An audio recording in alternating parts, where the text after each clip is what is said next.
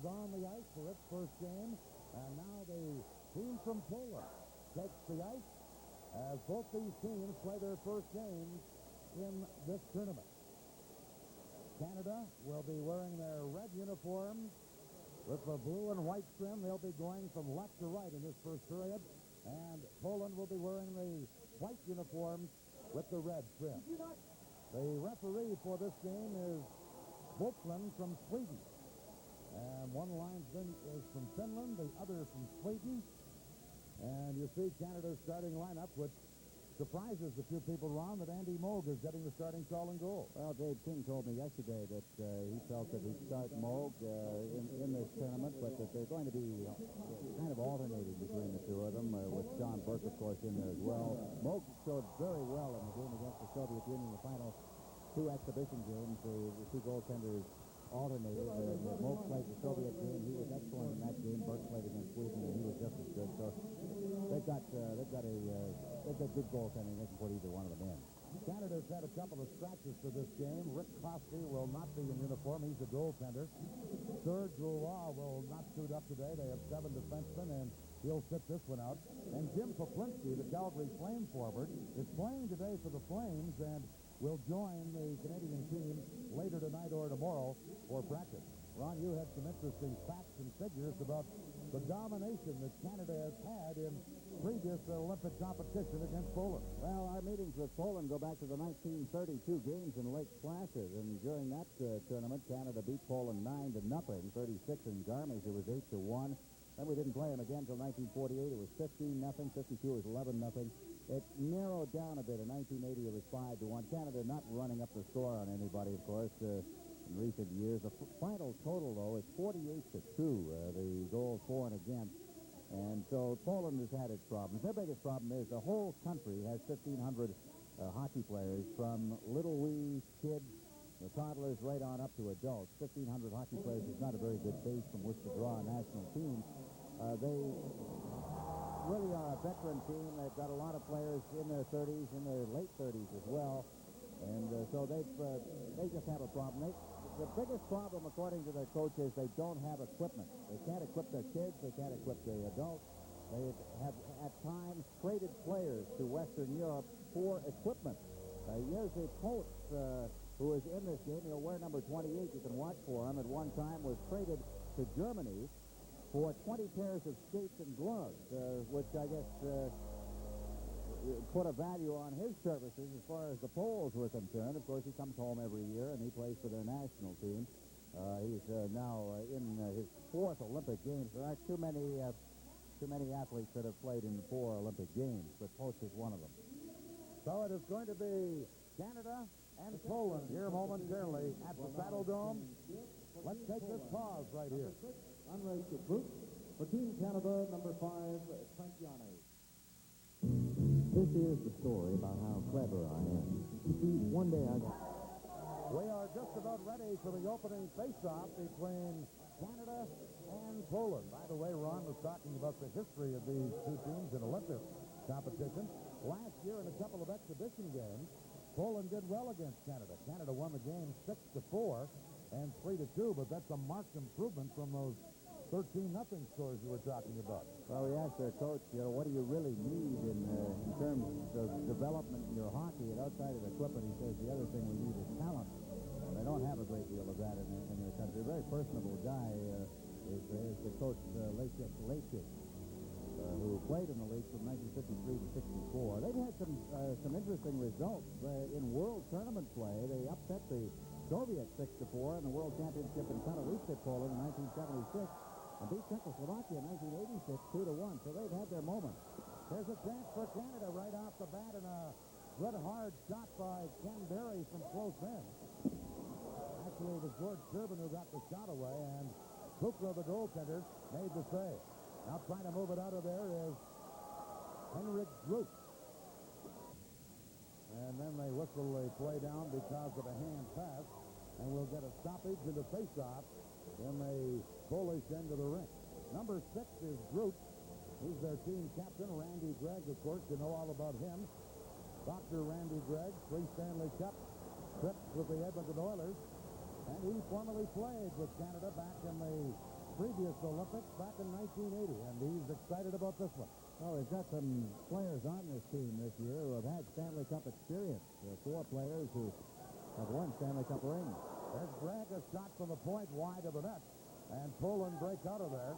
And coming through center ice is Stebletsky, number 17. And then the long shot handled by Canada's goaltender, Andy Moog. Speaking of people with Stanley Cup experience, Got 3 of them for Andy, and of course, nobody, and not even Andy, knows exactly where he's going to be in the month of May when the Stanley Cups play. Will it be with Pittsburgh? Will it be back with Edmonton? And there's a chance of that, of course.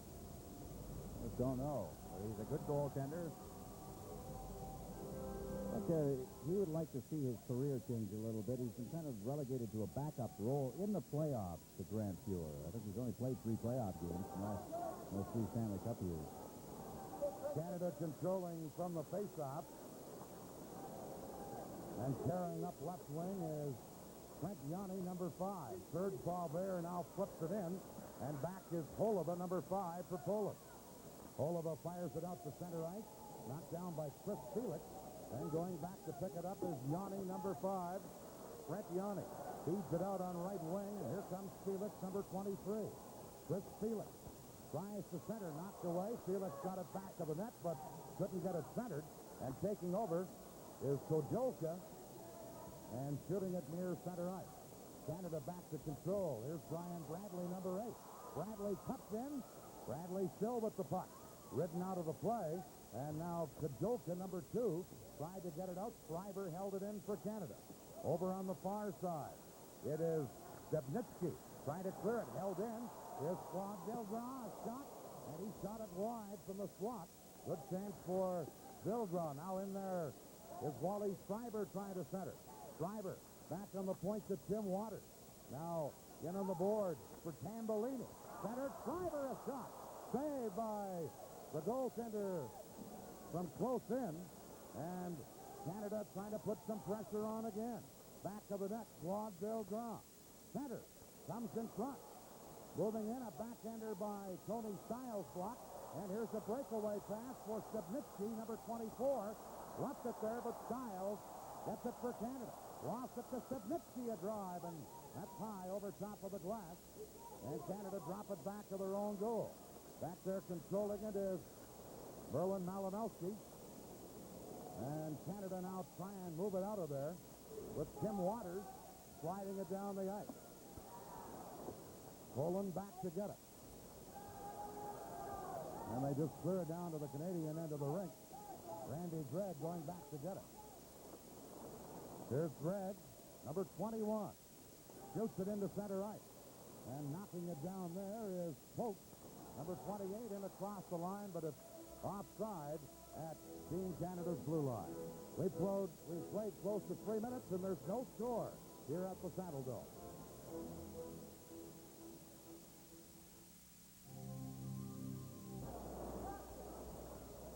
There's Randy Gregg for Canada, bouncing one wide of the Polish goal. Canada in there forechecking. Here's Yaremchuk, dropping it back on the point. And that shot is blocked, bouncing around in the Polish end of the rink. Yaremchuk again in behind the net, trying to center for Bob Joyce. Now it is centered. Yaremchuk a whack at it. And the goaltender, Samole, covered up. Gabriel Samole, number 25, is the starting goaltender as you look at Bob Joyce, the Winnipeg native, heading to the bench for Canada. Brad, it appears to me that the Poles are doing a pretty good job in front of the net, of at least getting some pressure on some of the shooters. They are. They're protecting the front of the net. Probably too much, because you're going to see the Canadian defense start to filter into the top of the circle. It seems that the Canadians are much more willing to forecheck than the Poles are. The Poles have not put any pressure on the Canadians. Here's Chris Felix, centered, a shot right on. And another shot wide of the net. The first one, the best shot by Gord Sherbet. Now back to the goal, Mark Habscheid trying to center. Habscheid still with the puck. Gets it in front. Barry a drive. He shot it wide. Chris Felix at the point. In on the right wing side to Habscheid. Number 14 centered it. And moving in and just missing the deflection try was Trent Yanni. Yanni knocked it near the Polish blue line. And it's controlled there by Savonchek. Carried in by Poland. Long shot handled by Moog. And Canada cleared around to Ken Berry, number 9. The line for Canada is Habscheid, Berry, and Servant. Felix on defense with Trent Yawning. Here's Yawning flipping it in for Canada. And Saint-Mollet played it back of the net. Now centered. They score! Wide open with Mark Habscheid. And it's 1-0 Canada. Well, just moving in perfectly timed. That's what happens when you got a team that plays together a little bit. Mark Habscheid putting it up high on Saint-Mollet, who have been playing pretty well, but there's not much you can do about this sort of thing, Brad. No, the goaltender comes out and just leaves the puck here. Doesn't take a look to see who's going to get there first. The puck comes out. The goaltender had not got back into position. It was one of those things where the goaltender should probably take the puck and go out the other side. Here's another look at it. Upstairs.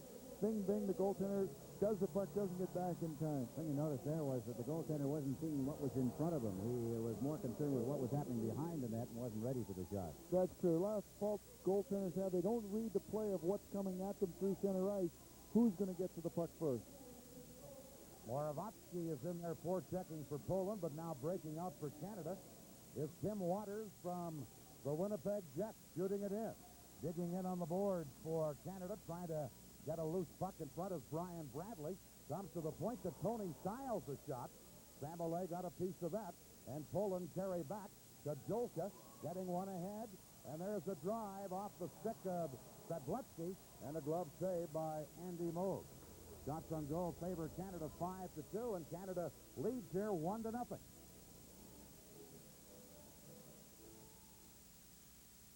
In 1895, in over the blue line, gets the pass back, skates in behind the net, and a delayed penalty coming up on Canada.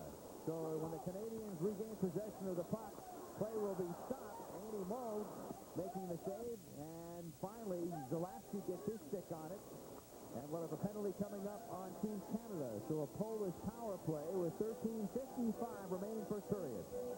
They have yet to come up with a shot on goal, as Team Canada has done a near perfect job in killing thus far half of the penalty, a minute remaining in the penalty. This is a good indication of what the Polish team can do. If they're thinking upset at all, they not only have to prevent Canada from scoring, but on those few opportunities that they get where they have an advantage, where they have the power play, where they can get an extra man situation, they've got to take advantage of it. And they haven't done very much so far. In fact, the way this has gone, it looks as if Canada has the man advantage. It was Shervin with the best shot thus far, and the pass saved by Saint-Mollet. And that's Shervin, number 10. Comes back out to the point. Zalapsky can't keep it in, but they can kill some more time now. Only 23 seconds remaining in the penalty. And a near-perfect penalty-killing performance here for Canada, with just 15 seconds now remaining until Shriver vacates the box. Puck. Still with the puck, setting up to the point now. Passing into the corner to Adamyek. Now Yakna. And the penalty is over. So the teams are skating at equal strength as Tim Waters shoots it up along the boards. And back out into the Polish zone, covered up there. And with 11:40 to go in the period, let's return to Keith Jackson. Thanks very much, Al. And there's a young man. And here in the first period at the Saddle Dome, still 1-0. Canada on top, 11:20 to play in the opening period. The opening game in this A-group game between Canada and Poland. Earlier, Sweden, the defending world champion, defeating France 13-2, and then one game tonight, Finland against Switzerland. U.S. team back in action tomorrow against Czechoslovakia. Canada putting the pressure on. Shot. Great glove saved by Saint-Mollet. Loose puck. Rebound covered up. That was really a fine save from Saint-Mollet. Like to see it on the replay, how much he really had to move. From that distance, the shot was taken, I can't imagine he could have moved much. But at the same time, he was able to block that shot from Trent Yawning. That's the kind of goaltending that any underdog needs in a game. And so far, Saint-Mollet has provided it. And this period, for the most part, played right in front of Saint-Mollet. Canada has kept the pressure on. They have killed off beautifully and near perfectly the only penalty spot in the period, and they lead 1-0. Poland now with Sopia up ahead to Adam yet, and taken away by Vilgray for Canada. Claude Vilgray in over the blue line, but on the right wing it was Schreiber in ahead of the puck, offside, and 10:37 left in the period. 1-0 Canada. Everyone asks, Corinthian leather? Of course, why not the best? It's the same with our new Chrysler. On top by a score of 1-0, 9 minutes, 36 seconds remaining in the first period. And this is Waters back to get it for the Canadian team. To Stiles. And now Waters starts back up the other way. Pass up to center ice, and Yaremchuk sending it in. Hotties gets knocked down. And the Canadians retake possession in the neutral zone.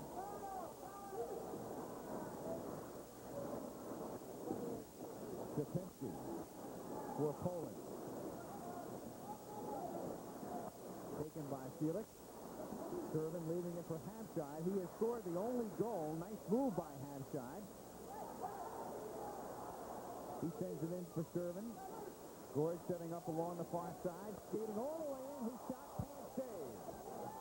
You notice the Polish defense there just backed right in on the goalie. What they didn't want to do is allow the Canadian player a chance to move out for a good shot in front of the net.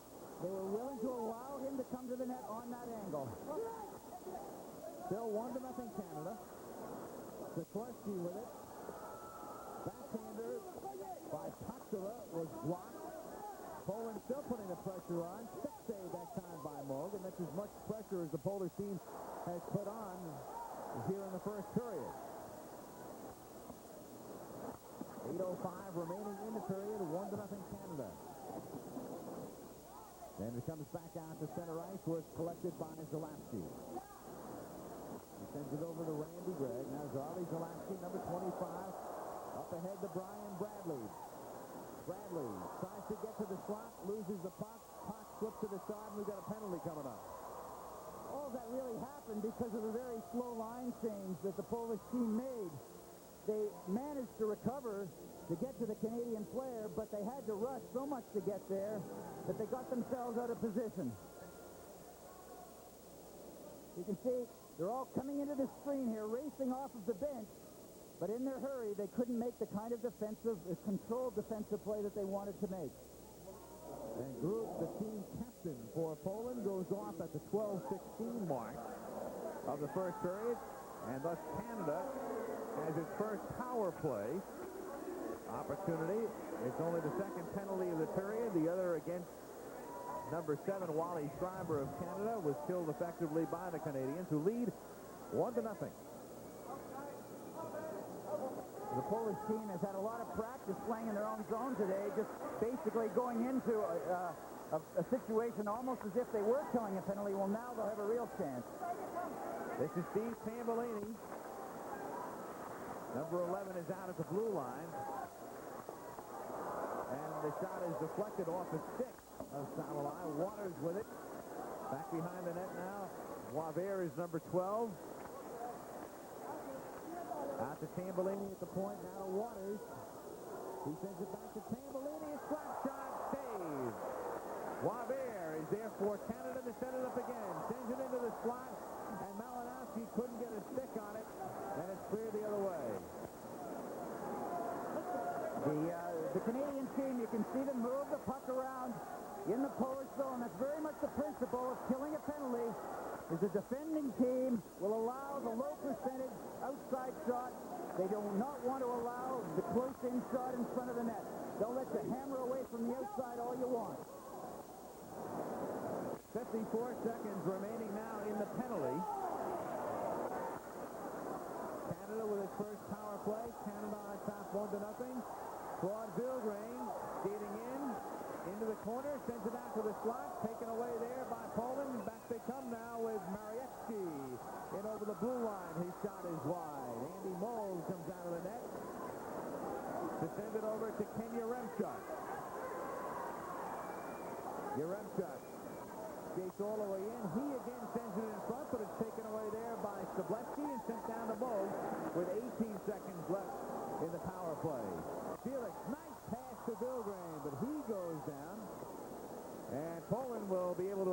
actually kill off the penalty. An offside call here with only 7 seconds remaining now in the penalty to Poland. The Polish team skates very well. In fact, they're skating pretty much to the pace of the Canadian team. And I would suspect that this game has hit the pattern that we will be seeing much of the rest of the afternoon. The Canadian team, again, is not really an attacking team. They're not a great offensive team, but they play with a lot of control. The Polish team skates well and can stay relatively close in that kind of game. 5:51 remaining in the first period. Canada on top by a score of 1-0. 7 seconds remaining in the penalty to Groot of Poland. And this will kill off the rest of the penalty as Groot comes out of the box, and the teams are now skating at equal strength with 5:41 to play in the first period of the Saddle Dome. Canada on top, 1-0. In a game they figured to win, and win with relative ease. Zalapsky maintains possession, gets it into Shervin behind the net. Back to Zalapsky now. Berry is set up at the blue line. It's sent in around the boards and collected by Berry. Ken Berry, 1980 Olympic team veteran. The Hamside in behind the net.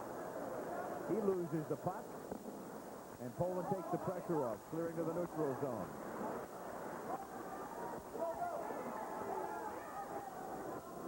Sent in by Sopia. Taken by Zalapsky now. Up ahead to Boisvert. He checks into the boards. And Swiatek with it for the Poles. 4:40 remaining in the first period. As Yaremchuk leaves it for Bobby Joyce. He couldn't get his shot away. Yaremchuk gets it back only momentarily. Poland can't clear it, but now they do. Out and comes to center ice. Stefanski skating in. His shot, glove save by Andy Moe. 4:23 remaining. Dave King's Canadian team on top 1-0 in the first period. Sensitivity. I want to get animal. I want to talk them in here. You make me crazy. You make me crazy. You make me crazy. And as we come back, Canada still on top 1-0. 3:10 remaining in the first period, and the Canadians with a power play as Felix has his shot saved and cleared out by Poland. Just the beginning of the man advantage situation. 1:43 remaining in the penalty. Trent Yawney, and it's sent in around the boards by Steve Tambellini. Kept in at the point by Felix. Yawney gets it over to Schreiber. He circles. Back out to Felix. He slaps it in from the blue line. It's saved and cleared out to center ice. What the Canadian team is trying to do there, because they can't free anybody in front of the net, they move it back to the point man on the blue line to take a shot. The teammates are trying to screen the play, get a deflection, get a rebound. 2:20 left in the period. 1:04 remaining in the penalty. Canada on top 1-0. Bjugren sends it in. Tambellini couldn't stuff it in. The save by Samalay. And the Polish team able to clear it down the ice with 48 seconds now remaining in the penalty. There's a nice poke check by Samalay, and by being able to do that, he freed a defenseman to stay out, to take another man. What happens, of course, if one man beats another, then everything starts to unravel. Zalapsky with a slap shot that's deflected off to the left. Shervin to Hamside. Zalapsky, Zarley Zalapsky shoots it in front. It's saved. Rebound loose. Hamside couldn't get his shot away. 15 seconds left in the penalty. Zalapsky fakes a slap shot. Then Shervin's shot is wide. Comes out to Waters. 7 seconds remaining in the penalty. 1:18 left in the period.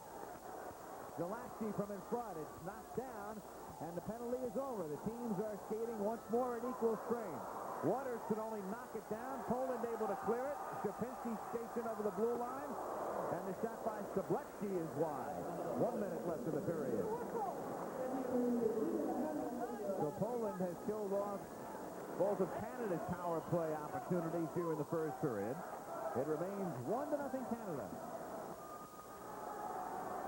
yet.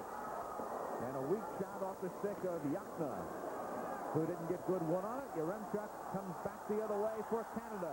Kent Yaremchuk in over the blue line, in behind the net, and has it poked away. Gregg scrapping for it in the corner. Bobby Joyce, number 15, is there with Yaremchuk. And it's cleared out by Cossagrove. And Yakna is offside with 14 seconds remaining in the first period. What the Polish team is hoping for clearly is to stay close enough to the Canadian team long enough that the Canadian team will start to worry a little bit. Even with the lead, they'll start to grow a little bit nervous. In fact, I think it's been quite a good period. I think both teams should be entirely satisfied with the way things have been going. This is the way the Canadian team plays hockey. They've been in good control. They've been in the Polish zone most of the period. They haven't really given up any scoring chances. The Poles, for their part, they've kept the score down. So the period coming to a close. Canada has outshot Poland in the period 12-9. 3 seconds left in the first period, and that's the way it will end. First period is over. Canada leads Poland by a score of 1-0 in the opening game of the Olympic tournament for each of these teams. And we'll return after this message and a word from your local station. End of the line. No, sir. Just the beginning. I'm here to open our new branch office, and we'll be all over America. Merrill, that's my boss. People don't just invest in companies. They invest in dreams. That's all. There's no dream too big for a country this size. Charlie Merrill's vision brought Wall Street to Main Street. Today, that vision helps Merrill Lynch find financial opportunities around the world. Merrill Lynch, a tradition of trust. To Peerless faucets, durability means solid brass, resilient copper, and stainless steel construction. It also means if you install your Peerless washerless faucet today, it will not only still be working in the year 2001, it will still be under warranty. And now, Peerless Do-It-Yourself Faucets announced the Peerless Winterfest rebate. $5 back on selected Peerless faucets now through February 29th. More Americans get their new Happy Valentine's Day from the Disney Sunday movie. Oh, I think I better get some flowers for my wife.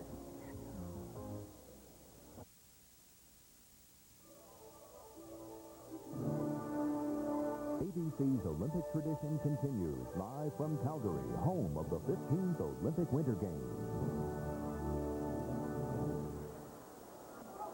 And action resumes at the Saddle Dome here in Calgary, where Canada leads Poland by a score of 1-0 in the second period. And the Canadian team putting the pressure on, where Styles keeps it in at the blue line. Al Michaels and Ken Dryden with you. Team Canada heavily favored to win this one. 17-16 to play in the second period. But the team from Poland giving a very good account of themselves, Ken, in the first period.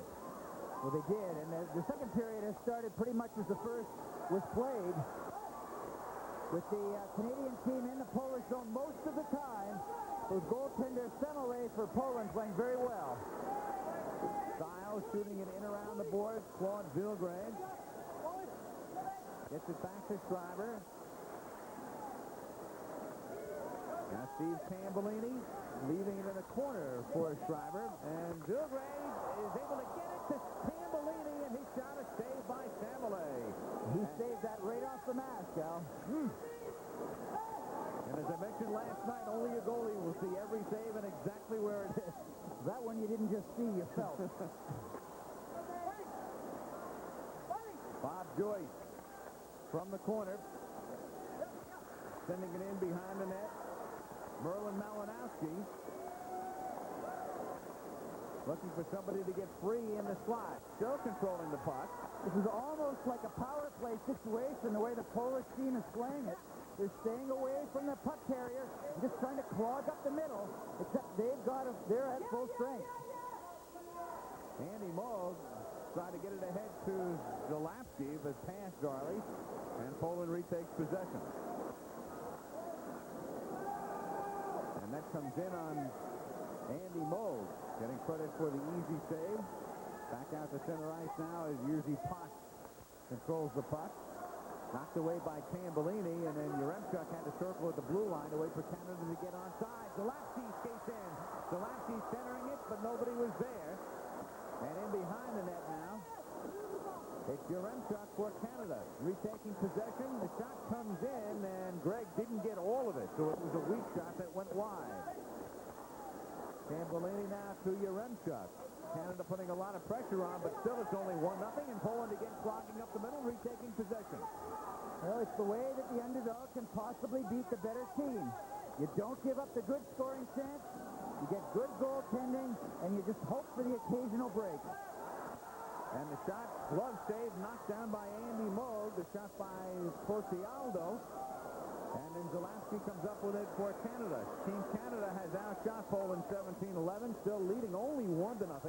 14:35 to play in the second period at the Saddledome. The danger for the Canadian team in all of this is that the crowd will start to get a little impatient. They will get a little impatient. They'll forget about the score, and Poland can come back. 14:28 to go, second period. 1-0 Canada.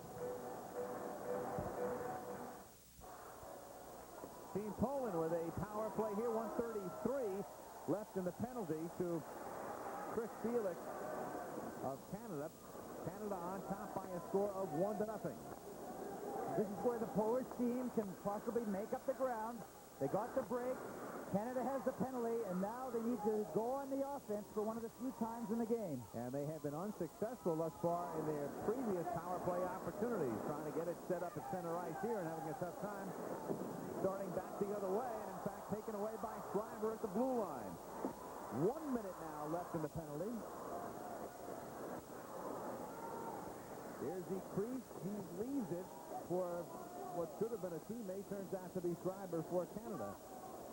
And the team from Poland now trying to mount some sort of an attack, some sort of offensive thrust, but again they repelled at center ice by Waters, who gets it up ahead to Carpin. Waters fighting for it along the boards, and thus far a beautiful job of killing the penalty. Poland has got nothing going during this power play. 25 seconds left in the penalty to Felix. Well, it's as if they can't shift their mind from offense to from defense to offense, and they're having a very hard time. Flat shot, and that's wide by Group. 10 seconds left in the penalty. Back it comes to center ice, and again Poland mounting almost nothing offensively on a power play chance. Just 5 seconds left until Chris Felix comes out of the penalty box. So it's still Canada 1, Poland 0. 12:14 to play in the period.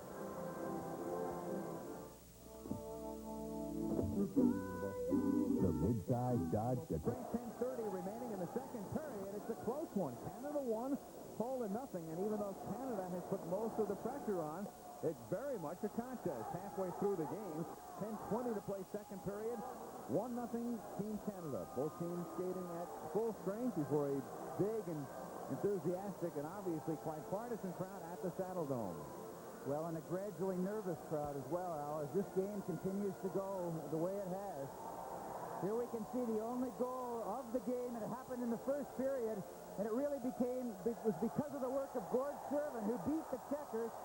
Poland had 4 players back, but Shervin beat them to the puck and found Habside in front. But a game that, in terms of territorial play, has been very comfortable for Canada. It is not a comfortable game. Canada on top by a score of 1-0. Sikorsky sends it ahead softly on Andy Moog. And a face-off with 10:10 to play now in the second period. And we'll return right after this word from your local station.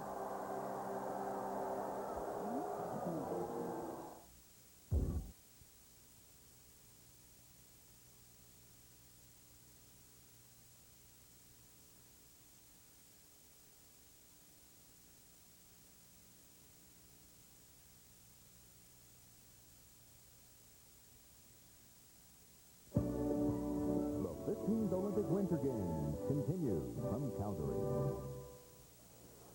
At the Saddledome. Al Michaels along with Ken Dryden. Second period, Team Canada in red on top by a score of 1-0, 9:15 to play. In the second period, and Von Carpenshot hits the side of the net, and a whistle for a face-off with 9:11 to play in the second period. And while Canada may, as Ken Dryden put it so well, be dominating territorially, it's still very much a very close game. And look at the Polish players all around the net, all protecting their goalkeeper. You might get an idea of why the Polish team is playing a defensive game against Canada today. Poland has played Canada 13 times in the two countries' history, and the total score in those 13 games is 203-7. Samalay covering up, making the save. 18 shots for Team Canada thus far, and 12 for Poland.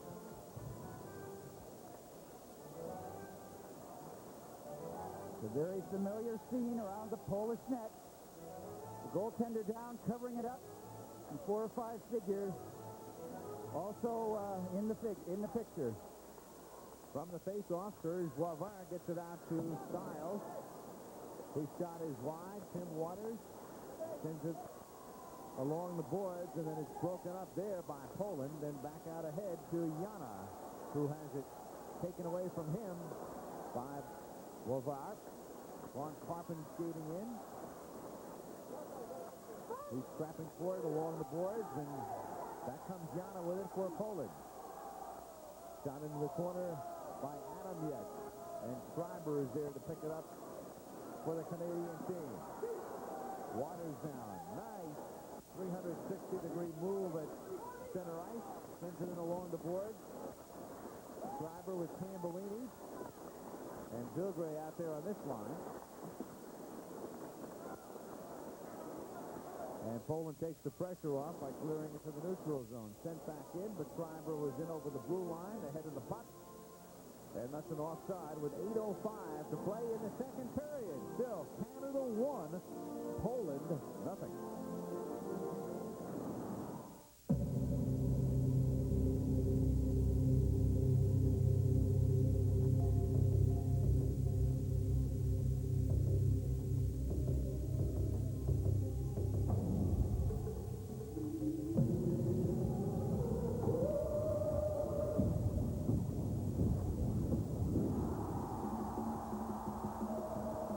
To win easily, but they have their hands full. They lead by a score of 1-0 with 7 minutes and 15 seconds remaining in the second period.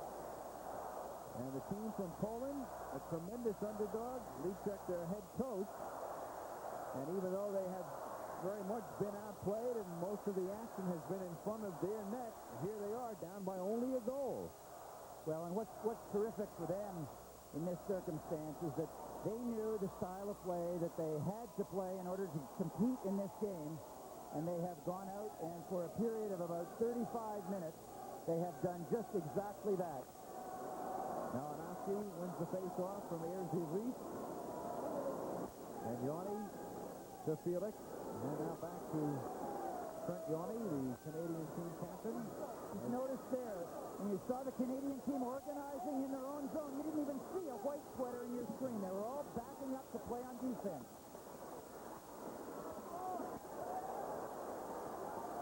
Oh, Malinowski to Joyce. There's the Reese, had it only momentarily.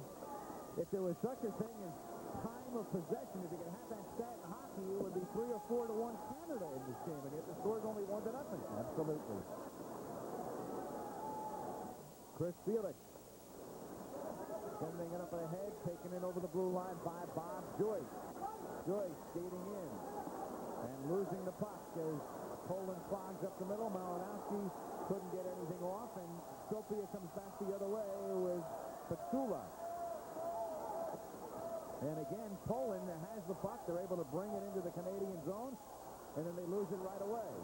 You see all the white sweaters back. It's starting to get the Canadian team very frustrated, and also the fans. You noticed a little while ago they were starting to do the wave. These fans want to cheer. It isn't happening spontaneously, so they're orchestrating it. But nothing is still happening.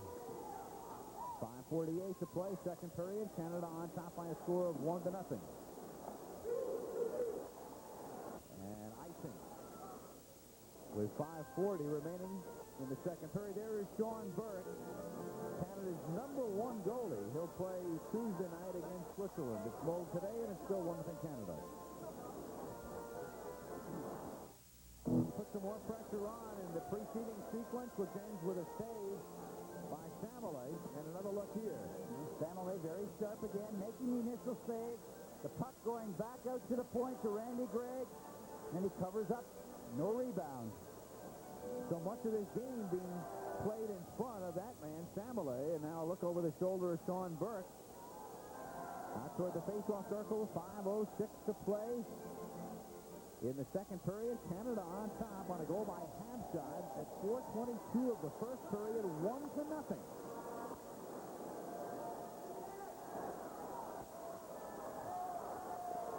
Morietsky skates all the way in and loses the puck as Zalapsky takes it away, and Canada to regroup again. There are so many misleading stats in sports. The board shows Canada with 20 shots on goal, Poland with 12, but it feels like it should be about 30-9. Well, it does feel that way, but again, the Polish team is keeping right around the net. They're not allowing very many rebounds. The action is all there, but not as many shots as you might think are reaching Samalay. On the other end, Andy Moog every so often is having to make a save. They're not difficult saves. They're ones where he gets a clear view of it. In a selected game, it may tell the story and it may not. In this game, it doesn't tell the story at all. Will Canada go into the locker room between periods with a certain degree of frustration? They'll come in with a little bit, and I think that what will happen is Dave King will say something like, well, you're not surprised, are you? I mean, you didn't really think you were going to overwhelm this team. Now, in their head, I think that they didn't. In their hearts, I think they did. And, what he's going to have to do is just calm everybody down. Canada may as well get used to it. They're going to be playing this whole tournament in very close games, and they may as well get used to it now. Icing with 3:59 to play in the second period. Claude Billgren of Team Canada just kind of had to struggle from beginning to end. There are no easy games for this Canadian Olympic team. They do not score goals easily enough to turn what should be easy games into a rout. Tambellini wins the faceoff. Felix to Billgren. His shot is wide. And Poland able to clear it out, but again, only momentarily. They take possession of the puck seemingly for only 4 or 5 seconds at a time, and then the Canadians mount another charge. Tambellini is picked up at center ice. Tries to get it back along with Schreiber. And then it's sent back to Trent Yorney. You can just see in your pictures, when the puck is inside the Canadian zone, no white sweaters. In between the blue lines, you see 5 white sweaters. 3:18 to play in the second period. Puck is poked loose. And it's Zablecki for Poland. He skates in over the blue line. Nobody there to help out for the moment. Centered, and Joyce now chasing it into the corner along with Stiles. And Canada able to come back the other way. Malinowski picked up with the blue line, still has possession of the puck, and then it's taken away by Yana. He sends it up ahead to Plottigaro. But again, it's Canada retaking possession in their own end. Malinowski skating in. He has Joyce with him. Joyce couldn't get his stick on the puck, and then it hits the side of the net. One of the few times in the game where Canada has outnumbered the Polish team, but Bob Joyce couldn't quite put it in. And then Joyce's shot is wide. Joyce gets it back, sends it out to Stiles at the blue line. Into the corner to Yaremchuk. He has it taken away. 2:05 to play in the second period. And out to center ice as Yana skates in. Sent back again to the neutral zone. The tough part for the Polish team is that on the odd occasion where they do get the puck to go on an offensive rush, there's only one person there, and he has to go through 2 or 3 Canadian players. 140 now as Barry takes the pass. Jason, his shot saved.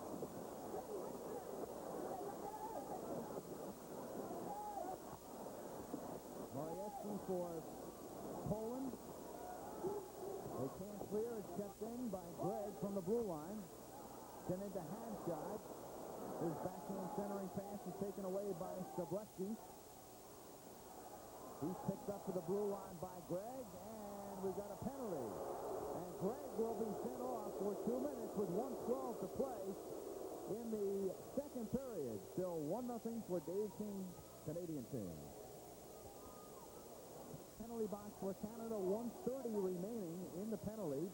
Poland has looked futile on each of their previous power play chances in this game, and yet to get a shot on goal thus far in this penalty to Gregg, which comes with less than a minute now to play in the second period. 28 seconds left in the period, 1:15 left in the penalty, which will carry over if need be.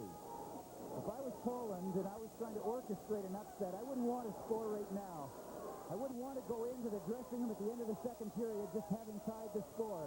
It would act like a bit of a slap in the face to the Canadian team and probably get them to really storm out for the third period. What I'd want to do is just have it right now, as it is, have the man advantage to start the third period, and then just let her fly. And that's exactly what the case will be when the third period begins. 48 seconds will remain in the penalty to Gregg. So even though Canada is dominating in seemingly so many facets of this game, quality shots, what would be time of possession, territorial advantage, and the like, still the scoreboard shows only a 1-0 advantage for Team Canada at the end of the second period. And we'll return now to the center and Keith Jackson. All right, Al, nervous time indeed. Now, we're going to cut away for a little while, for an hour, for our local stations to bring you up to date on their news. 7 o'clock on the West Coast. We'll be back to document what happened in the Canada-Poland hockey game. It is a day of heavy heart for a lot of us. Judy Greasy, mother of 3 sons, wife of Bob, passed away today, cancer. Memorial services Tuesday. Tonight, as part of our programming, we'll see young Dan Jensen in the men's 500-meter speed skating event at the Olympic Oval. The world will reach out to him because he skates with a heavy heart tonight. His sister Jane passed away today, losing her fight with leukemia. The Jensen family has always placed a priority on togetherness, and for the past year, the 9 children and 20 grandchildren have rallied around Sister Jane.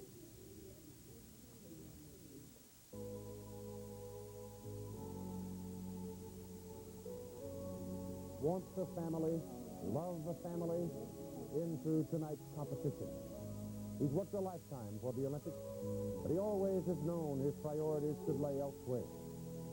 And he says this very honestly. I would do anything for Jane. I would give whatever it takes to help her. Anything that was asked of me, I would do without hesitating. Jane Barris died early today, leaving her own family of 3 children, including one just over a year old, and her husband, Rich. Knowing she might not have the opportunity to see Dan skate, she left him this message.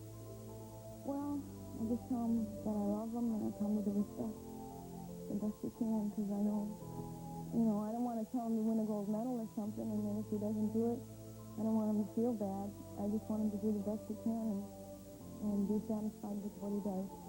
And I know that's what he'll do. And when the news reached Dan this morning, he said simply, I'd like to win a gold medal for Jane. He deserves it. 500 meters, we'll see Dan Jensen in just an hour. We'll be right back.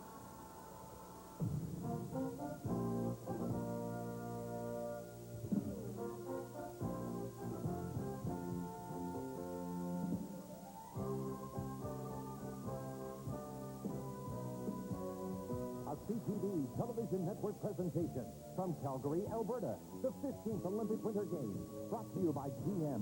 Every vehicle supplied to the 88 Winter Olympics will be built by the people of General Motors.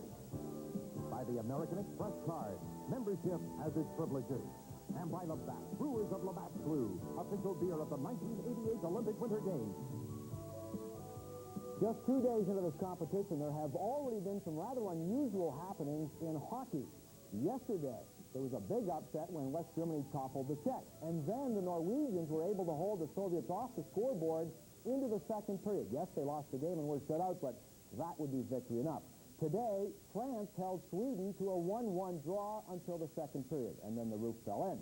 And right now, Poland is staying with Canada, 1-0 after 2 periods of play at the Saddledome. Let's go there now for an update. Dan Kelly, Ron Roos, and Brad Park. Gentlemen.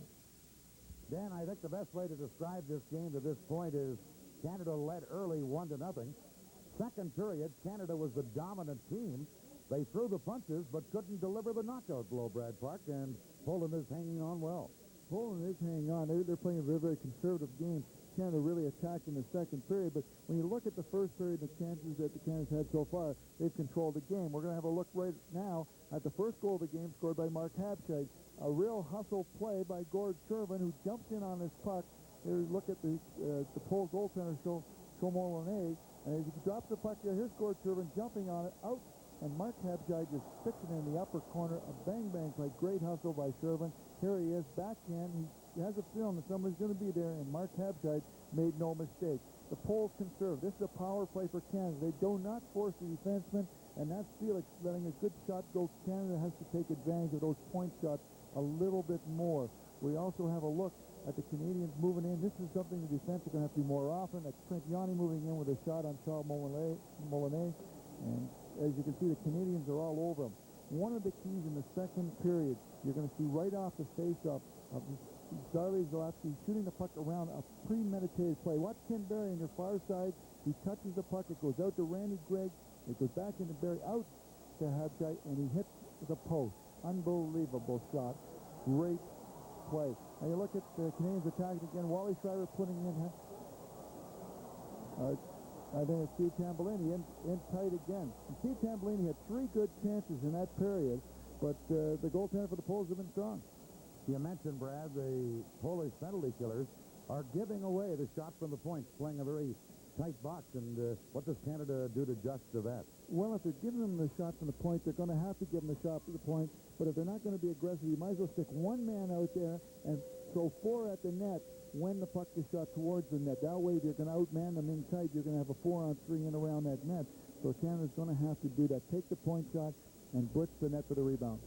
Canada outshot Poland in the second period 10-3, but failed to score. It's still only a 1-0 Canada lead as we await the start of the third period. Sensational one for Canadian teams in international play. The Canada Cup, who could forget that? Here's Vestia de Spengler, and of course the World Junior title. Can we add the Olympic gold? Well, we'll start to find out right now. Let's go to the Saddledome. Okay, Dan Matheson, 48 seconds remaining in the penalty to Randy Gregg of Canada as we await the start of this third period. I think rather than thinking gold right now, Ron Roos, the Canadians have to be thinking of increasing this lead by more than 1 goal, because anything can happen in a game this tight. Well, a bad bounce. That's what you worry about now. Canada, with a 1-0 lead, as you said, anything can happen. I think Czechoslovakia is an indicator of that the other day, where a couple of late goals beat them finally. A team that was probably just trying to stay with Czechoslovakia winds up as a winner.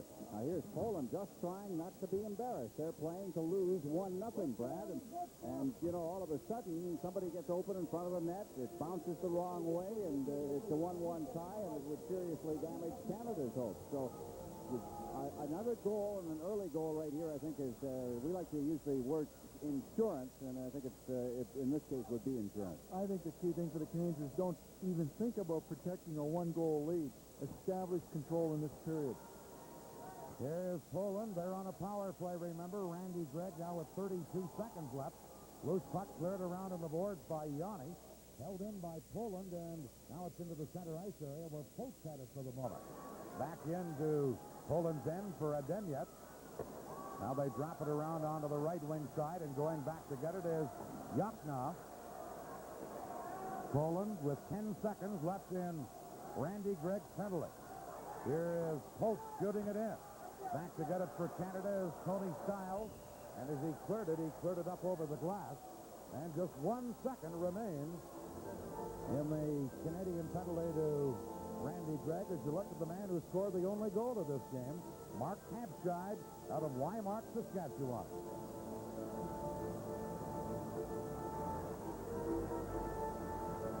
Hampshire, a former NHLer, of course, adds experience to this team. And I think you need that. That's something that the Olympic teams, since 1980, when Canada returned to the Olympics after missing two with their hockey teams, the 72 and 76 games, they tried to put together teams, but the inexperience has been very noticeable. And experience, I think, is the major improvement here.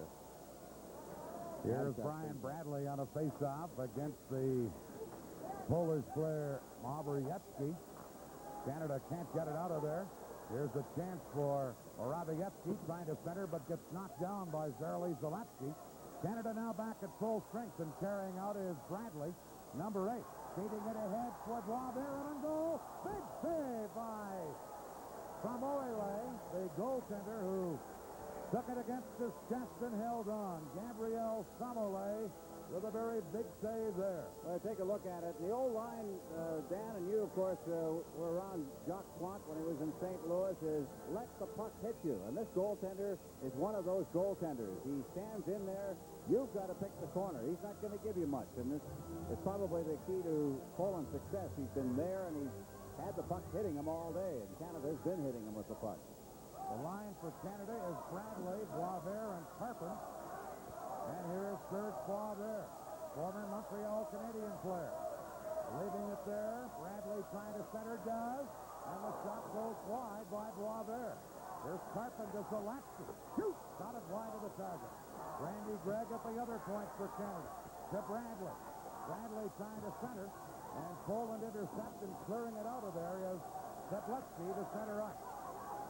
Number 21, Gregg. Over to number 25, Zalewski. Ahead to Bradley, too far. And Shivonsek is back for Poland. Now he lost it. Here's Bradley in the corner. Bradley trying to drop it back, but it's intercepted. And Morawiecki comes on left wing into the Canadian zone. Back to Zalewski to poke it away. Zarely Zalewski into center ice to Claude Vilgray. Vilgray, number 18. Still with the puck, Vilgray. Trying to get up to Tambellini. Tambellini gets checked, and Poland clear it off the center. Hustling down after it is Sikorsky. And his shot just wide of the net. Now in to get it is Priest, number 19. Back to the point. Shot right on by Kadjolka. Both had to play that. And here's Vilgray for Canada as they clear at the center, but picked off by Sikorsky. They move in, back-checking Vilgray, couldn't clear it. And now Canada's Vilgray into center ice. Gets it ahead for Tambellini. Shot off the shoulder of the goaltender. And Poland take over once more. This is Priest, number 19. Clearing it down the ice. Frank Yanni will go back and touch it. And that's icing against Poland. We'll be right back to the Saddle Dog. Here's Joyce in after it. Joyce got it just wide. Good chance for Bob Joyce, number 15. Now Poland starts back. Here's Kopicka. And his shot handled by Moe. Canada on the attack, led by Tim Waters, number 2. Waters firing it ahead to Yaremchuk. Into the Polish zone, but Poland take over. And trying to fire it out of there is Groot, their top defenseman. Knocked down on the boards by Yaremchuk. Now in there digging for Canada is Malinowski. Gets some help on the play from Joyce. Joyce in front, shot blocked at the defense as Groot blocked the shot. Canada on the board. Malinowski trying to center. Gets some help from Joyce. And then Poland clear it out. Randy Gregg knocked that down with a high stick. And that stops play. Now Joyce with that great chance.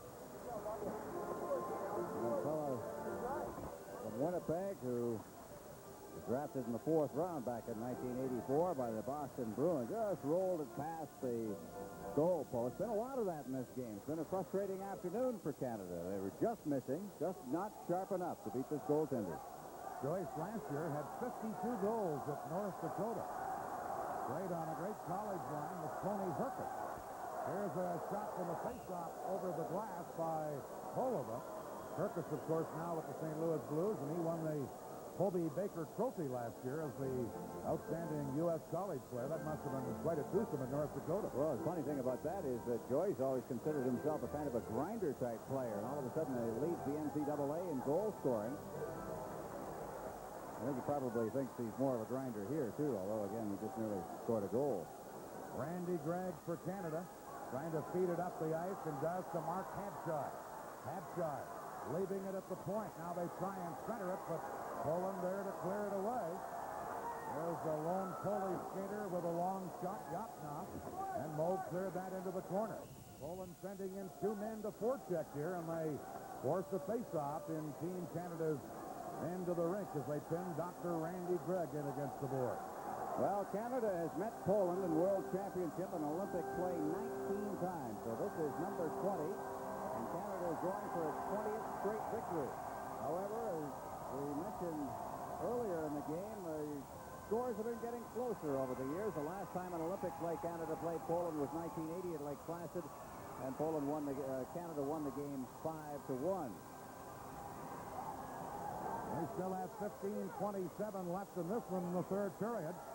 Still a first period goal by Mark Habshai, the only scoring play. Canada win the faceoff, and here's Serge Boisvert. Ahead to Wally Schreiber. Schreiber, number 7, puts on the break. Trying to center, and it is centered by Canada, but cleared away by Oraviecki. And on the attack, it's Steblecki for Poland. Steblecki into the corner, getting it there for Poshadlo. And the shot by the Poles is blocked at Team Canada's defense, and Schreiber has it back of the net.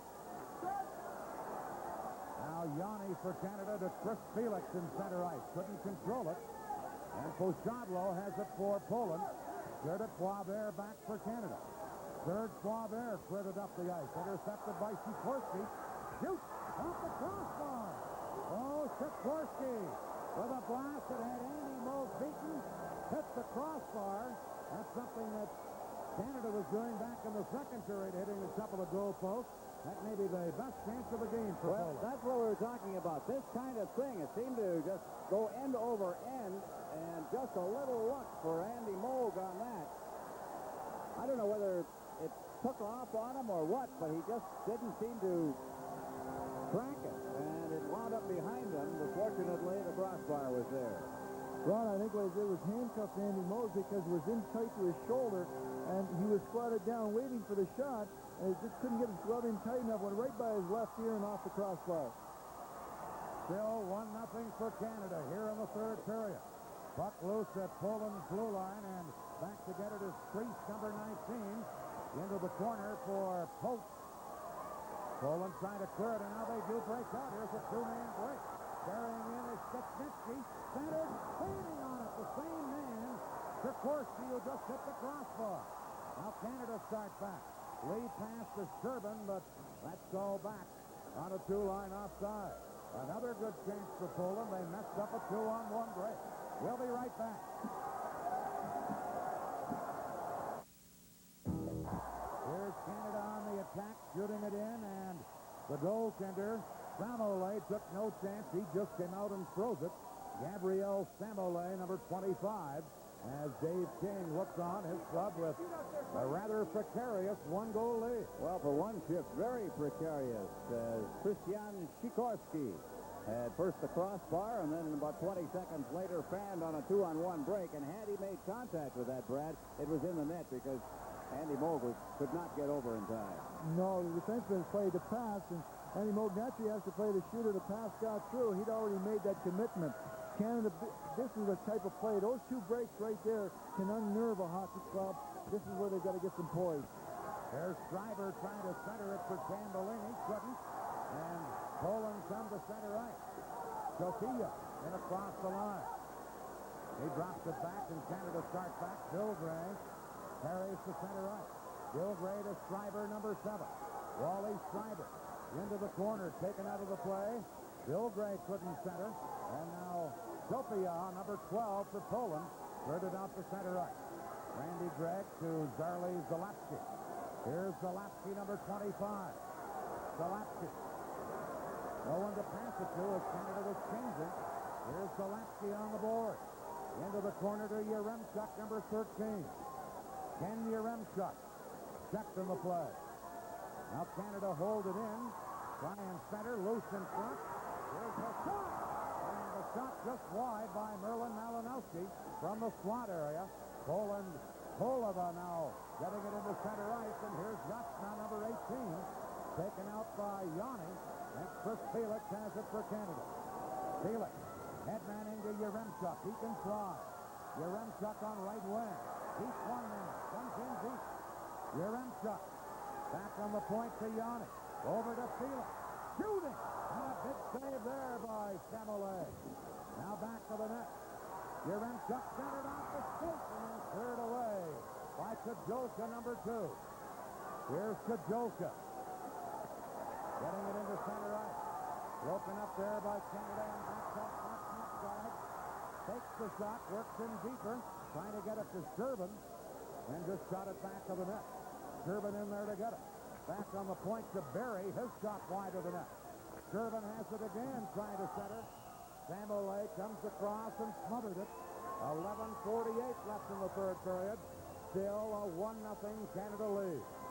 And Brad, the tempo has been cranked up by Team Canada. Suddenly it's almost like the legs are starting to come and the chances are starting to come. They have. They bounced back to those 2 good opportunities. And here's a look at Yaremchuk looking around trying to find somebody and just stuffed it in front. But as you can see, the Poles are really protecting the in-tight shots. They'll give the perimeter shots. And what it's going to be very hard for Canada because unless they can catch them in center ice and make a big turnover, they're not going to get the play in around the net that they'd like to have. There's a line for Canada, a top side. Barry and Shervin back on defense. Jim Waters along with Tony Stiles. But Poland breaks out of there. And a good poke check by Stiles to break that up. Loose puck. Shervin chasing it after for Canada. Scored Shervin, number 10. Lost it back of the net. And Sedlepsky cleared it for Poland. Here's Tim Waters. One of the NHL additions for Team Canada. Sweeps it in. Shervin in there to get it, number 10. Tries to center to the side of the net. Half shot back to front. Shervin couldn't handle the pass, and Barry couldn't play it either. Now Barry held it in, but Schroot fires it around onto the other wing, and Poland clear to center. Sedlepsky just dumps it in. Going back is Waters. Out for Habshaw. Shot to center ice. Into the Polish blue line. Givonchak clears into center ice. Stepnetsky couldn't get anywhere, and Canada try the other way with Bill Gray giving it to Tambellini. He drops it back, and Zalapski is back behind Canada's net. Zarley Zalapski into center ice. Bill Gray checks. And here's Sikorsky, number 11, shooting it in. Gregg there to clear it back out. Sikorsky apparently held it in, and Canada has to go back and reorganize with Zalapski, giving it to Gregg. Up the middle, but intercepted there by Givonchak. Now Canada with Zalapski. Broken up by Japinski, number 16, and here's a long shot by Stepnetsky that Moog has to handle. Digging in, Japinski, number 16.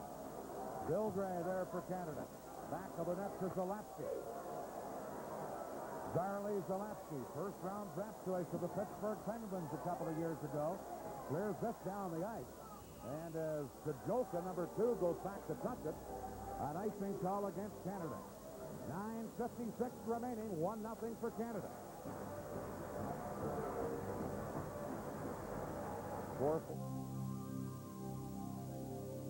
There's only one place in the world where you'll find great values like this on Ladies' Bay Club sweaters, and that's at the Bay.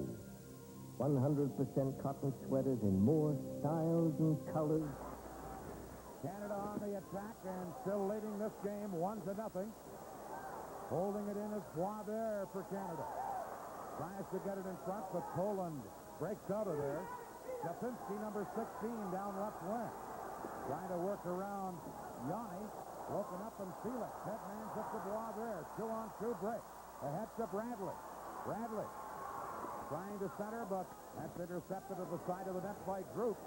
And Poland able to clear it out of the zone. 9:10 left in the third period. Long shot by Stiles.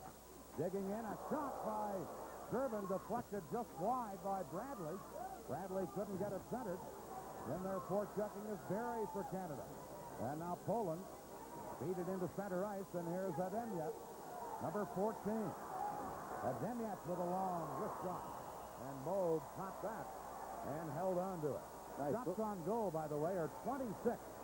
15 in this game for Canada, but still just a 1-0 lead. That one would have cleared the top of the net. Andy Moog just halting further play. As you look at the young Brian Bradley, who immediately, this is over, I guess we'll move down the hall in this building. The Calgary Flames have his rights. He has been playing with the Calgary Flames over the last couple of years, but on loan to our Olympic team. Calgary has been the #1 contributor, really helping out this Olympic program with both Brian Bradley and then, of course, Jim Poplinski, who will turn up tomorrow and be ready to play the next game on Tuesday. Habside on a face-off against Morawiecki, number 14, or pardon me, number 9 for Poland. Puck goes into the opposite corner. Over to get it for Canada is Waters. Now to Barry.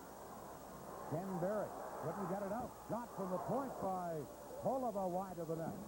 Poland trying to put some pressure on. And they flip it in front of the net, and Moog clears it out himself. And then Canada clear the zone. Loose puck in center ice, controlled by Sherbert. Dropping it back for Stiles, number 4, rink wide to Waters. Jim Waters for Canada. Long pass ahead, but picked off by Savontek. And Poland with Sikorsky, number 11. Trying to stick handle in. He couldn't. Gets it over to Steplitsky. Now a man wide open in front of the net, but Moog cleared it away. Canada leading only 1-0. Shot blocked as Steplitsky let it go, and the puck comes all the way down into Poland's end of the rink. 7:47 left in the third period.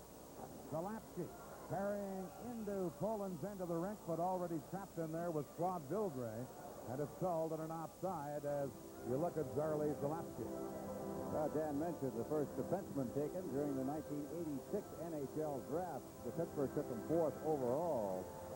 He was the top defenseman in the 1986 Izvestia tournament. He outpulled Vyacheslav Fetisov in that tournament.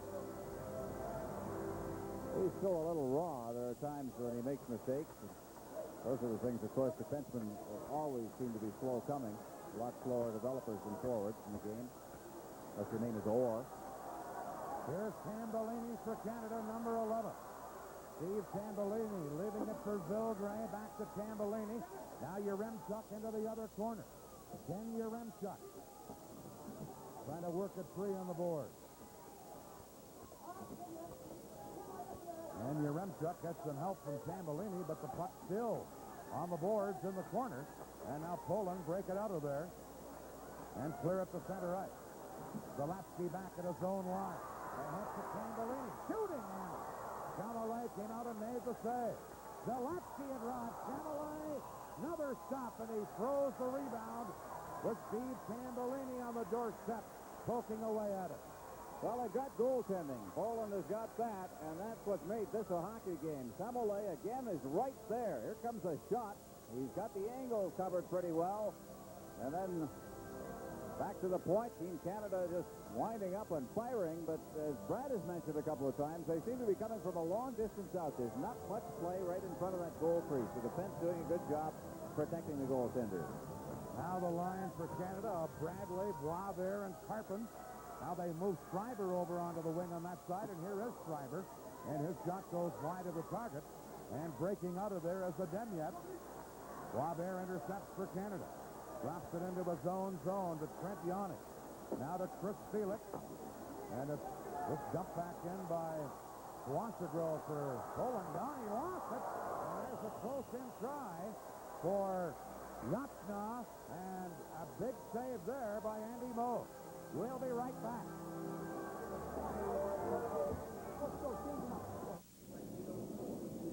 I do have flight 139 leaving in 20 minutes, but only in first class.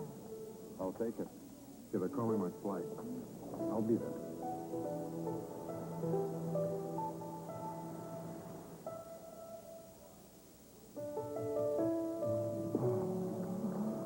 This much? No, it just started. Where is she? The second part is planned from the left. Coming through when you need it most. Membership has its privileges. Now you can apply for membership by phone. Just call 1-800-668-AMEX. Make sure you carry the card that comes through when you need it most. Apply for American Express card membership today. Call 1-800-668-AMEX. Just over 6 minutes left in the third period. Canada still leading 1-0, and now the puck slips over the boards right at center ice as Ken Berry was trying to flip it down the ice. Berry has a lot of experience in this competition. A lot of hockey experience. He didn't play in the 84 games, but he was there in 1980 when Claire Drake was the coach of our Olympic team. As a matter of fact, I remember very early in that tournament, he scored a hat-trick against Holland. Wound up with a total of 4 goals in the tournament for the 5 games that Canada played. Canada, of course, in 1980 had that unlucky game against Finland that cost them a spot in the medal round. And the United States went on, of course, to win the gold medal without ever playing Canada in that tournament. Here's Styles for Canada. Long shot. Wide of the net. Turbin digs in after it. But Poland come up with it, and Sikorsky works it out onto right wing, and Ademyat fires it into center ice. Ademyat gets it back. Now over to Stepnevsky, who just shoots it in. Styles for Canada, number 4. Long pass goes all the way down into the Polish end of the rink. They roll. Poland could have played it, so there's no icing. And Post back after it. Now in there for Canada trying to center is Turbin. He lost it. And Poland's priest, number 19, gives it to Sikorsky, number 11. He just drops it back into his own zone. Now Holova, number 5, on the attack for Poland. Pass intended for Petula. And Moe got to the net to clear it up on left wing. And breaking down is Malinowski, number 16. Erlen Malinowski jumps it in. In comes Yaremchuk. To Malinowski in the corner. He skated off on the play. Now for Canada, Yaremchuk trying to get it free. And now also coming in, Malinowski had a tell there, and we're down to 4:44 remaining. Still a first period goal by Mark Hatchside, the only scoring play in this game. Brad, I know that it is a lot easier to broadcast this game than to play it, but if you were out there now, what would you try to do to try and get that insurance goal? Well, the insurance goal, I wouldn't do anything unusual. I wouldn't make any bad gambles because the Poles are going to have to open up usually in the last 5 minutes. But one thing that has happened in this game, the Poles weren't sure how they were going to play this game. Their confidence level has grown because they're not getting badly beat. Here's Zalapsky with a loose puck at his own blue line. Into center ice for Joyce. Joyce got it into the zone, but Poland Shavancek clears it back up. Randy Gregg over to Zalapsky. Number 25, Zalapsky, headmanning it into center ice to Joyce. Number 15, Bob Joyce. Tied up on the play, and Poland come back. Ademyat, number 14, with a long shot. And Andy Moe clears the puck himself to center ice. Yachts now back to get it for Poland. And he just dumps it into Canada's end. Zalapsky back to touch it. That's going to be icing as they were to cross center ice when they dumped it in. 3:56 remaining. We'll be right back. With Ron Roche and Brad Park and Kelly back at the Saddle Dome. Canada with control here. Claude Bildre getting it into the corner for Tambellini, who couldn't get it centered. Now over on the far side, Poland breaks out of there. Sedlecki got it into center ice, and now it's controlled by Morawiecki. They drop it back, and Morawiecki swings back and leaves it for Groot. Here's Groot. 4 Olympics this man has played for Poland. They just drop it back. They look like they're leading in the game rather than trailing to Poland at this point. Now they they come on the attack. Here's Polk trying to shoot it in. Tries to dump it in front. Knocked away by Waters for Canada. At the point of Polk for Poland, a shot wide of the target. In to get it, Sikorsky. Tries to center, and a shot by Morawiecki wide of the net. Poland with pressure on. Trent Yanni takes no chance. He fires it down the ice. He'll take the icing throw and back to touch it. Oliva with 2:47 left in the third period. Still 1-0 for Canada. In Hudson Bay, Saskatchewan, Calgary, to see their sons and daughters make them and their country proud. 10. Face-off and Team Canada's end, won by Zalapsky. 2:40 left in the third period. Canada leading 1-0. Zalapsky to Randy Gregg. Into center ice to Barry, and he gets taken out of the play. Now Sherbin tried to move it up ice. Sherbin now carries into the zone, but a teammate Habside was already in the zone, and it's called an offside. Here in the third period, Canada's outshot Poland 6-5. In the game, 28-17. The shots favor Canada. Andre Hanis is one of the backup goaltenders. I don't think he's going to get in too many games the way this other guy, Gabriel Samole, has been playing all afternoon. 28 saves, 27 of the 28 shots he's handled, but he has had a lot of tough ones to deal with. Canada on the attack. Barry getting it to Habside. Back at the point. Zalapsky fanned on it, and Randy Gregg has to drop back to Zalapsky. Just over 2 minutes remaining. 1-0 Canada. On the attack, here's Sikorsky trying to center. And a good play by Zalapsky to break it up and clear it back up. Hustling back is Holova. Trying to clear it out, and he gets it to Sikorsky. Now back to the net to Holova, number 5. He leaves it there, and Sikorsky across the post, number 28. Poland trailing 1-0, trying to get it out of their own zone, and then the puck is knocked up over the glass, and we're down to 1:38 left in the third period. Well, I don't know whether Poland really. I try to think back in the history of Poland in international, certainly Olympic hockey, when they've never won a hockey game there, I say, when they've been this close in the game. And Brad, we just mentioned him during the break. I wonder if they really know what to do in the final minute. No, they've backed up with a puck. They really haven't gone in and forced the Canadians at all throughout this period, even though they're down a goal. They've backed up. They're concentrating mainly on puck control. Here's Trent Yanni clearing it to the Polish blue line. Loose puck, Robert picking it up. Robert in on goal, shoots over top of the net with that drive. Wally Schreiber trying to hold it in. Now gets it to Bradley. Bradley to Robert, and he just missed on a tip-in try. Back comes Poland with Ademyak. Over on right wing to Yachna. And it's broken up in Canada's Bradley starts back. A minute left. Bradley taken out of the play. Trailing on the play is Schreiber. It's into the corner for Boisvert. Serge Boisvert, number 12, behind the net to Bradley. Bradley out in front. Couldn't get the shot off, and Ademyak starts back. With 42 seconds left, he just dumps it in. The goaltender for Poland stays on the ice. This is going to be icing, meanwhile, against Poland. And we're down to 37 seconds left. Poland, Brad, is playing like they're satisfied by only losing 1-0. They're not going on offense at all, and seemingly just trying to hold the score the way it is. I think they seem to be very happy with that. Just that last icing when the defenseman was carrying it up the ice, the goaltender, Molinay, he never went anywhere. He was, he just stayed right back there and wasn't even looking at the bench. It didn't make a motion to it. I think they're trying to get their act together now to come back. They've only got 37 seconds, and I think they're trying to regroup and figure out what they're going to do. Well, the story of this game has been their goaltender, Gabriel Samole. He has faced 28 shots, given up just 1 goal, and that was very early in this game, back in the first period at 4:22. Mark Habside scored from Shervin and Trent Yanni. There's the coach, Roger Leitch. He's also a lawyer as well as being the coach of the national team.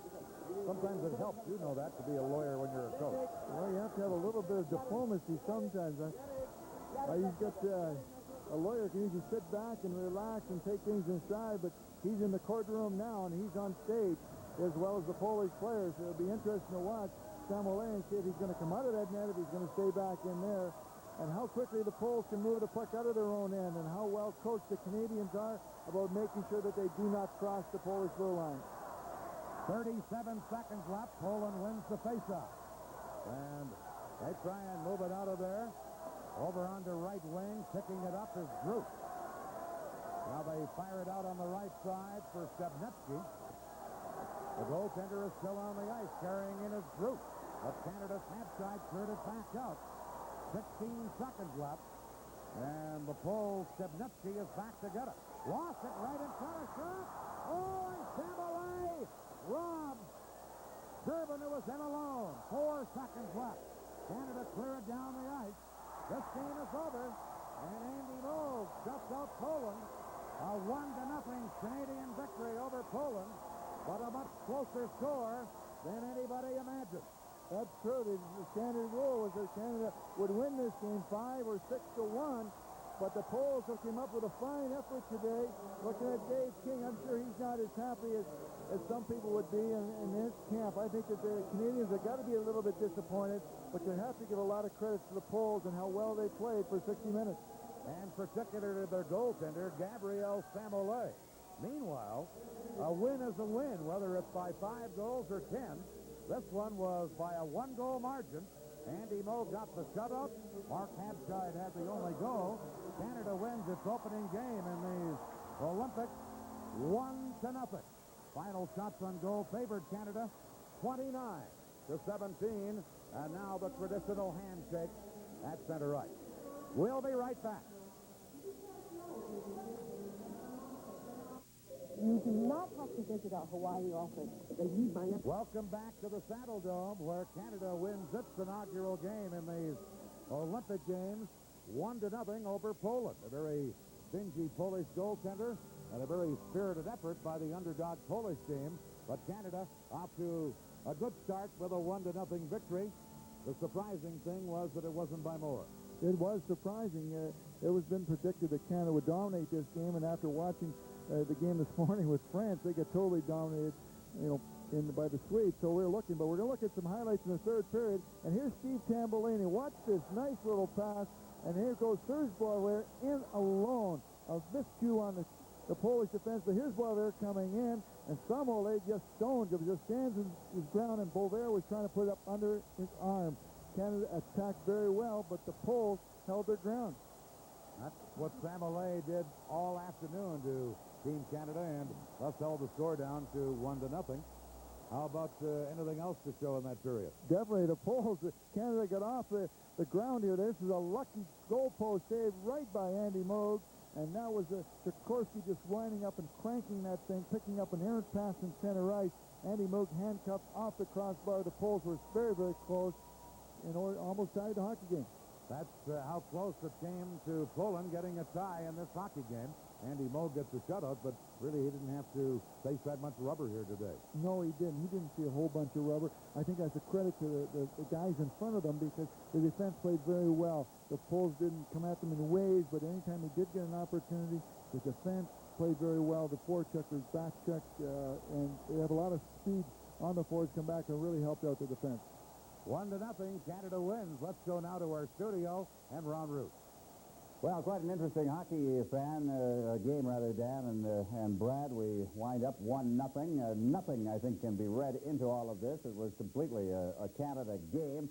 But when you're in a 1-goal hockey game, as you know in this game, you can winding up in trouble, and that crossbar was a perfect indication of that. So the story here, Dan Matheson, is a 1-0 game, and Canada is off and winning in the 1988 Winter Olympic Games. Ron, I'd like to take a couple of minutes maybe to look ahead with you, if I may. I thought when this Olympic Games started, we'd be looking at a 2-week smorgasbord of international hockey at the Saddle Dome. Well, the last 2 days have been more like a trip to the greasy spoon, really. None of the major medal contenders have looked all that impressive outside of Sweden. And let's kind of tick them off, Ron. You get the Soviets against Norway. 5-0 really is their light score, and it took them a period and a half even to get on the scoreboard. Well, there are a lot of reasons for that, Dan, and then we can look back at past Olympics. I can remember an Olympics 1956 in Cortina when Canada, represented by the Kitchener-Waterloo Dutchmen, played the opening game of the tournament against Italy, and they nearly lost that game. Denny Brodeur is now a rather famous photographer in the Montreal area, was the goaltender in that game. They hit the post behind them. That very nearly became a disaster for Canada, a 6-5 hockey game. We've had them over the years, the opening games of tournaments. The team that's highly favored doesn't look very good. There are a number of reasons for that, but also I think we mentioned a little earlier this afternoon that there are no free lunches anymore in this kind of hockey. If you come up flat, if you get caught looking ahead at all, you're going to wind up in trouble. The Czechoslovakian team found that out against West Germany, and Canada very nearly found it out this afternoon. I wouldn't read anything much into this beyond the fact that Canada has won the game. Well, let me ask you a little bit about goaltending, because goaltending plays such a big role in a short tournament like this. Can we read too much into the fact that Andy Moog started ahead of Sean Burke today? No, not at all. We're going to see a lot of both of them. We haven't had an indication as to who is number one. My personal belief is that Sean Burke is probably the number one goaltender, and we probably look forward to seeing him in the games against the Soviet Union and Czechoslovakia and so on. But Andy Moog got some work today. He got himself a shutout. Wasn't worked very hard.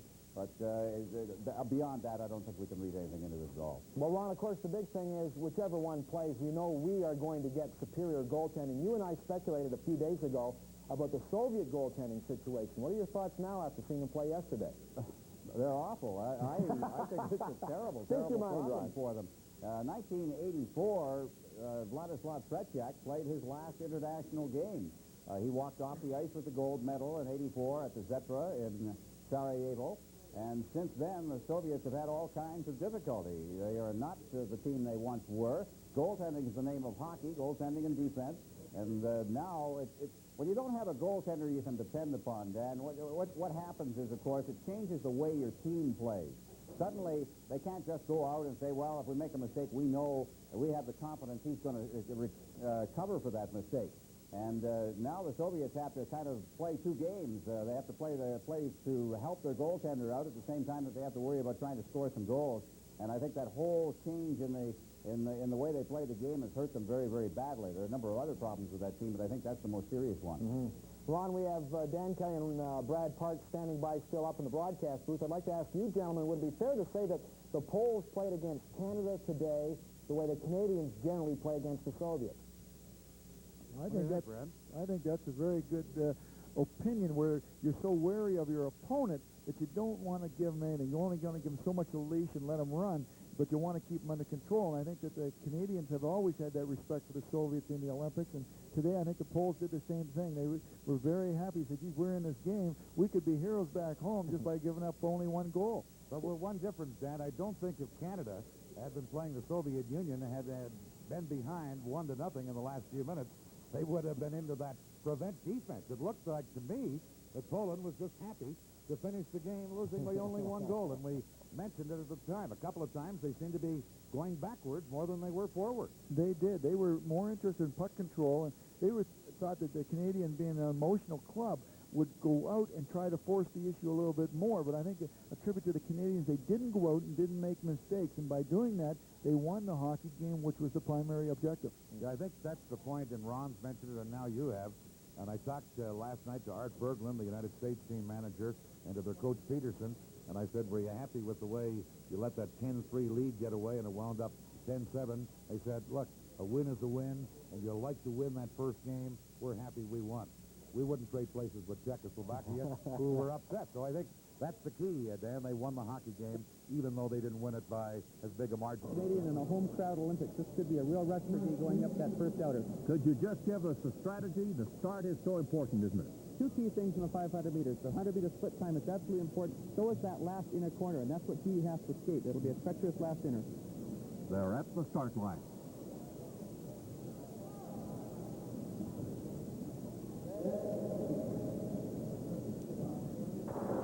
And the first race is underway, and that is Thibault and Jan Ikema.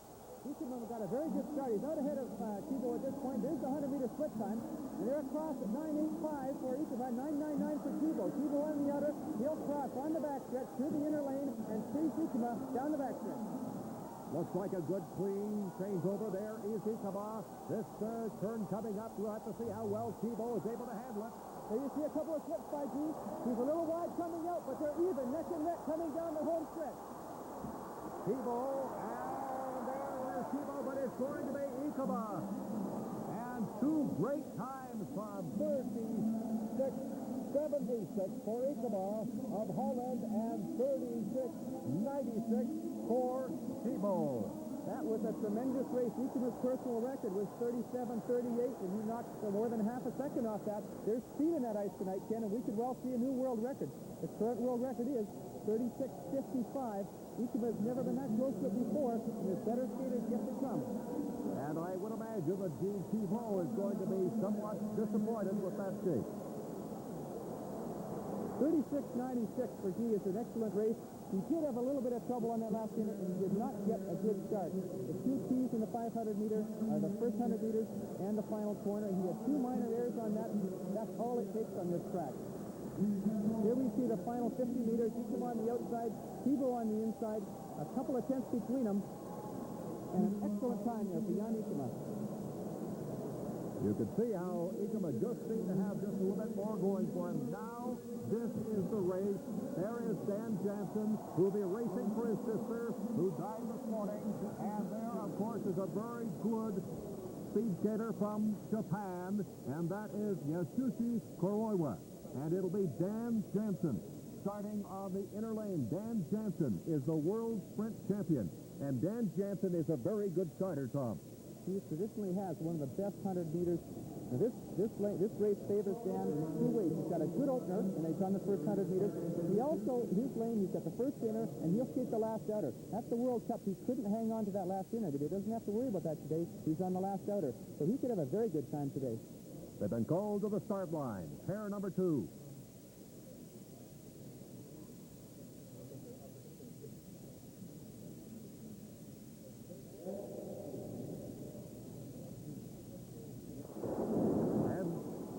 Restart. A false start. You're supposed to be absolutely motionless before that gun goes off. They've got the world's best starter here, and he's not going to let anybody beat him. They'll have to be motionless before the gun goes off, and I think that false start will be charged to Jansen, which is a disadvantage, because now he'll have to wait. You only get one false start. Now he's got to wait, and that won't help his first 100 meter split. At the recent World Sprint Championships, in fact, Gaetan Boucher false started and was disqualified. He false started the second time, which he had never done before. So Dan Jansen and Japan's Yasushi Kuroiwa will line up again at the start line. Remember, Jansen must start properly this time. There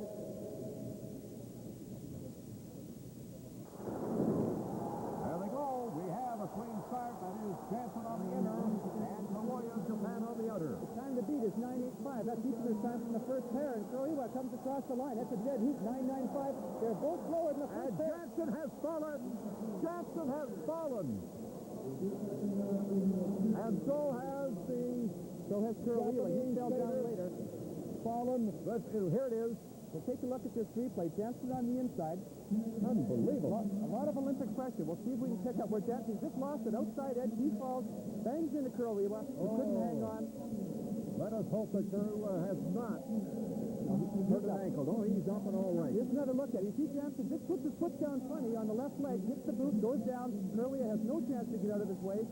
He goes down a terrible way to have your Olympic finish, but Kuroiwa is eligible for a reskate.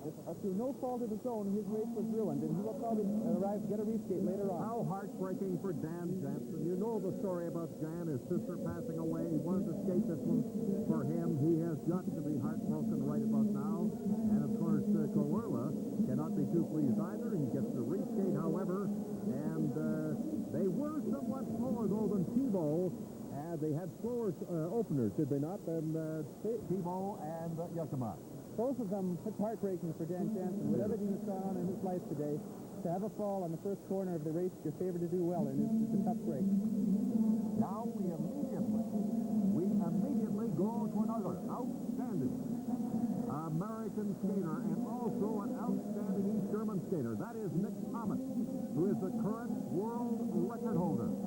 The current world record holder as far as the world sprints are concerned, and also we have the defending, not the East German, but we have the Soviet, Sergei Pokachev. Sergei Pokachev won the gold medal in Sarajevo. This is a tough lane for Pokachev, too. He's got the outer. He's going to finish on the inner. He had a lot of trouble at the World Cup in December. Conversely, though, Tomic has good lanes. First inner, last outer. He is the world record holder. He knows what the time to beat is. We'll see what that effect of Dan Jansen's fall has done on him, because they were both close friends. They're both affected by the tragedy. Next, Tomic has also had his own problems. He has suffered serious muscle injuries, and he's been able to bounce back from it. He has the world record in the 500 meters, and that's a 36:55. The time to beat here so far, 36:76. And Jansen has been, unfortunately, disqualified because he lost an edge and crashed, took Kowala out, and now it's Tomic and Pokachev to the start line.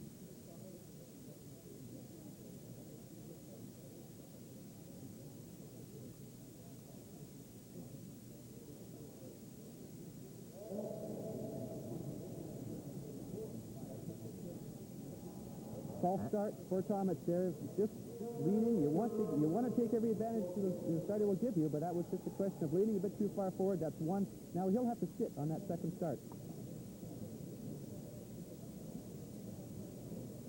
Tomic has been training here. He has trained here a lot. So has Dan Jansen trained here, so they should be used to the fast ice. But as far as Jansen's concerned, he just lost an edge. That can happen to anybody at any time. To the start line.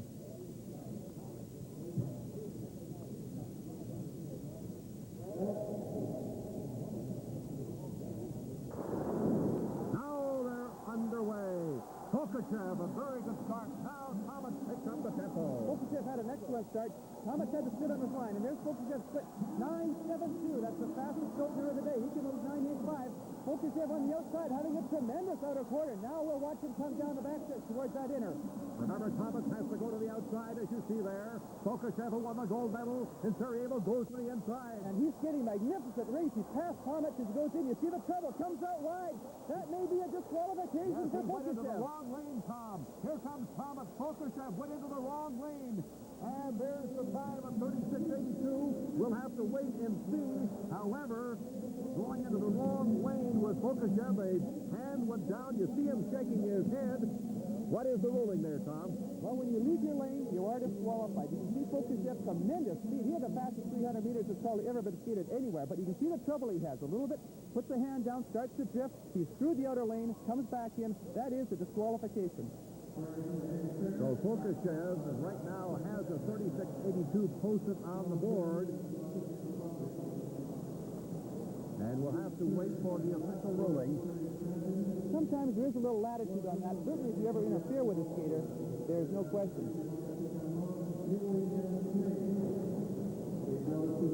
We have two very fast skaters coming up. Jens Uwe May of East Germany. Start line. Ooh. Interesting to see who they charge that on, because May did move before the gun as being charged to Kurowiwa. That's true. He did step across the line. People are tense here. They know this ice is fast. And of course, you've got a standing room only crowd here. That's Jens Uwe May. And the false start was charged to May. The assistant starter was changed. The false start is to May. He'll have to wait now in his second start. You saw him sort of jump just a little bit. Okay. So, he can't afford another. Okay. That start for May. Kurowiwa will get a jump on the outside. You see May seem to miss a step. They'll come down the first 100 meters. The fastest for today is 9.85, but that's not the current lead. That's Jan Nika this time. And May comes across an excellent 9.76.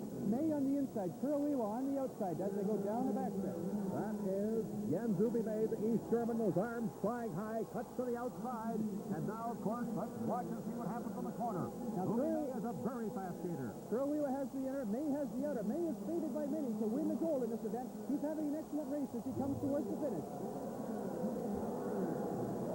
And it will be May with a time of 36:45, a new world record. There it goes, a world record on the 500 meters, 36:45. Looks like a clean race for May all the way. A fantastic time. Took a tenth of a second off the world record. He had good lanes. He had the first hinder. He had the last outer. He skated very fast. Thurlway moved into third place with that with his performance. So that was an excellent pair. So it's May in first place on a 36.45. Zuckerman, 36. Titans is 0. They're to the start line.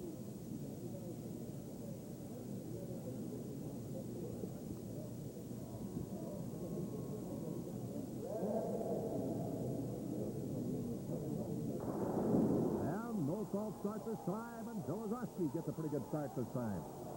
He's on the out and finishes on the in, which is tough. Split time to beat, 9.76. That's May's split time, and you see Zolazowski dead even, 9.76. As Zolazowski has a good outer, he'll cross to the inside lane on the backstretch and then have to deal with that tough last inner. There is Zolazowski. Watch Zolazowski. He entered wide, but he's starting to tiptoe around the corner. Yes. You cannot tiptoe in Calgary, and he loses his lane as well. That's right, so it could be. He could not handle that corner. There is going to be his time, a 36.94. Good for fifth place, but he could not handle the corner, and that's why Zolazowski did not skate a couple of weeks ago at West Allis. He wanted to stay here and train. That corner is really giving them trouble. See, he entered wide. He is just, let's call it tiptoeing through the corner, not sitting on it, not leading. Once that centrifugal force grabs you, bang, there you go, outside the lane. He's just hanging on now. He lost perhaps a gold medal on that corner. Will be a man short. Pouget has just picked up a flashing penalty. 2 minutes and 44 seconds remaining in the opening period. You had a look at Kjell Larsen, the coach of the French team. Brink has dominated. Since they tied the score, they have dominated, but now Sweden with the opportunity here on the power play. This may be the key situation for Sweden as it develops. They are the world champions. They come off a couple of very close games with the U.S. Olympic team prior to coming to Calgary. Beat them 3-2 last Monday night after a 9-7 loss, indicating that they can score goals, but they've been shut down over the last half of this first period. Well, you know, even their last game when they played the Canadians, it was a 2-2 tie. Although Sean Burke played extremely well in goal, they still do have that problem with scoring goals, and this is their second power play of the game. They didn't really have anything mounted on that first power play. Lars Bohlin broke in off left wing, couldn't pick up the pass for the Swedes. Sandstrom tried to get it back to him. A tight checking of the dark uniform team from France. The team with renewed confidence now. They move the puck down into the Swedish zone. 2 minutes and 10 seconds remaining in the first period. The feeling, I would think, with France would be very similar to the team that you represented in 1980 at Lake Placid. Well, I think France to beat Sweden might be a bigger upset than us beating the Soviets. Well, we'll see what happens. There's still a lot of hockey remaining. The Swedes move in on this power play situation. Bang it around behind the net. Mikael Anderson, nobody able to get to it. Elderbrink came flying in off the left point. Right at the Sodergren, and it jumped away from him. France getting to the puck, and on play is traded into the center ice zone. Well, I think, you know, talking about France getting the puck, that's what seems to have been the case in the last 8 to 10 minutes. They've beaten the Swedes to the puck all the time. And they're playing a little more physical. I'm curious if the Swedes are going to try to avoid trying to get into a physical game with them. They center one across off Sodergren. Able to pick it out of the corner. Time running down in this power play. Only 30 seconds remaining in it, and France again has cleared the puck. Long pass out from the goaltender. By the way, Arslund is the goaltender today for Sweden. Peter Lindmark, their number one goaltender, isn't even dressed. It kind of caught me by surprise because Lindmark, who had an injury earlier in the year, you would think the first game they'd try to get him in there and get him some playing time. And the puck deflects off the stick on into the seats. Only 50 seconds remaining in the period. 6 seconds remaining in the penalty. The Pouget of France. A look at the French bench. Renewed enthusiasm. They had very, very tough times. They had the first shot on goal, as we mentioned, and then they just could not seem to get into the Swedish end of the ice. And they do have some fans here, as you can see. Well, I'll tell you one thing. As this game progresses, and if France and Sweden stay pretty close, they're going to have a lot of fans here. Backhand shot. Glove saved by Folliot. Now down to 44 seconds remaining in this period. And to look at Carlson, Lars Carlson. Bordelot scoring for France to tie it up. France has been shorthanded twice in this first period of play. You look at Stéphane Lessard. Face-off in the center ice area. Mikael Andersson has been charged with most of their important face-offs. That is the Swedish team face-off. Peter Andersson back to pick it up, number 19 in the yellow uniform of Sweden. Hits it again, back in the net as time runs down in this first period. And a surprise developing at the Olympic Saddle Dome as France has been able to stay with the high-powered Swedes, the world champions from last year. So that's the end of the first period. Sweden leads France by it's a 1-1 tie. Sweden got the first goal, but France came back to tie it late in the period. Sandstrom for Sweden, Bordelot for France. A 1-1 score here at the Olympic Saddle Dome after one period of play. Shots on goal by Sweden, 13, by France, 3. Coach in the game, the first 10 minutes of the game, they did not forecheck at all. And they kind of, I think what they wanted to get in the flow and see what the Swedes were going to do, but they sat back and they only had like a 1-4 lineup, one guy checking, 4 guys at the blue line, a very stand like they were killing a penalty. And the shots show that for the whole period. It was 13-3. But what happened? The Swedes got on the board first, so we're going to watch. Actually, this is a tying goal. Here's the pass from over to Paul Bordelot. Jams it in off the side, but a good play in front by Veal because he won the draw. Now here's watch this guy's Veal. Watch him pick up the puck there. This is where he could have got the lead in the game. Look at this. One move goes to his left. Now watch him crank it and hit the post. And that could have given, late in the game, could have given a big lift to the France team. Looked like Glenn Anderson on that rush. I mean, a couple of guys, it's funny because you expect French Canadians to play very well, but you see a player like that who comes right out of the country of France, and with those kind of moves, it's very impressive. Ville plays, by the way, in Paris with a team that is in English called the Flying Frenchman, and the kid can fly. There are 8 Canadians in the lineup, by the way, for France, including a youngster that was well known in Quebec, Stephen Woodburn, who played with Laval and Verdun in the Quebec Major Junior Hockey League. But you know, you look at a game like this, and here's the first goal of the game, and Anders Eldebrink has just been terrific in the exhibitions and now in the tournament. He does. He makes a rush wide, and look at the goals by the Swedish team. Sandstrom comes in, gets a rebound, jams it home, and the Swedes have to regroup. They've got to come up with a different strategy in the first period because the more that the French team sits back, they've got to crack that blue line. They've got to hit the guy coming late. The only way they're going to really advance and against that system is to really have the guy coming late, let the French team stand up at the blue line so they're standing still, and it'll be very, very hard. So I think you'll see a change of strategy. Anytime since yesterday, you know, the Soviets and also the U.S. team last night were both favored. They took control in the second period, and we have to look at that today for the Swedes to come out. If they're going to really dominate the game the way they're supposed to, it will be happening in the second period. You know, there's no line in politics that there's no such thing as a free lunch, and we're finding that out very quickly here in the Olympic tournament. You better be ready. It doesn't matter who you're playing. The Czechoslovakian team found that out yesterday against West Germany. I think the Swedes figured that, we'll just kind of throw our hat in the ring here, and we'll take home a couple of points, and it's only France. And they're finding out that they better get their game together, or we could have the second major upset of the tournament. I think that's true. I think the coaches, Tommy Salmon for the Swedish team is going to be like any other coach. Says, boys, we're favored. We're in a hockey game here. Well, let's get our act together in the second period. I'm sure he's using some words that we couldn't even use on the air, even in Swedish. And the coach, by the way, for France is a Swede, too, Kjell Larsson. And I'm sure he's quite happy with his hockey team. All right, so the teams are back on the ice, and we're just getting ready for the second period here at the Saddle Dome. The score is 1-1 between Sweden and France, and we'll be back in a moment.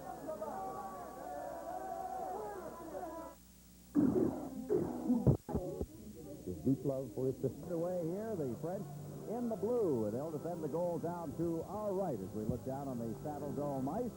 The Swedes in their traditional yellow and blue.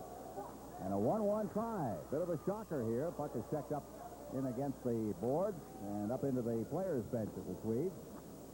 We mentioned the fact that there are 8 Canadians. There were to be 9 on this team. Patrick Daly, who you might remember if you're an international hockey fan, playing in the World Junior Championship back in 1978 in Montreal.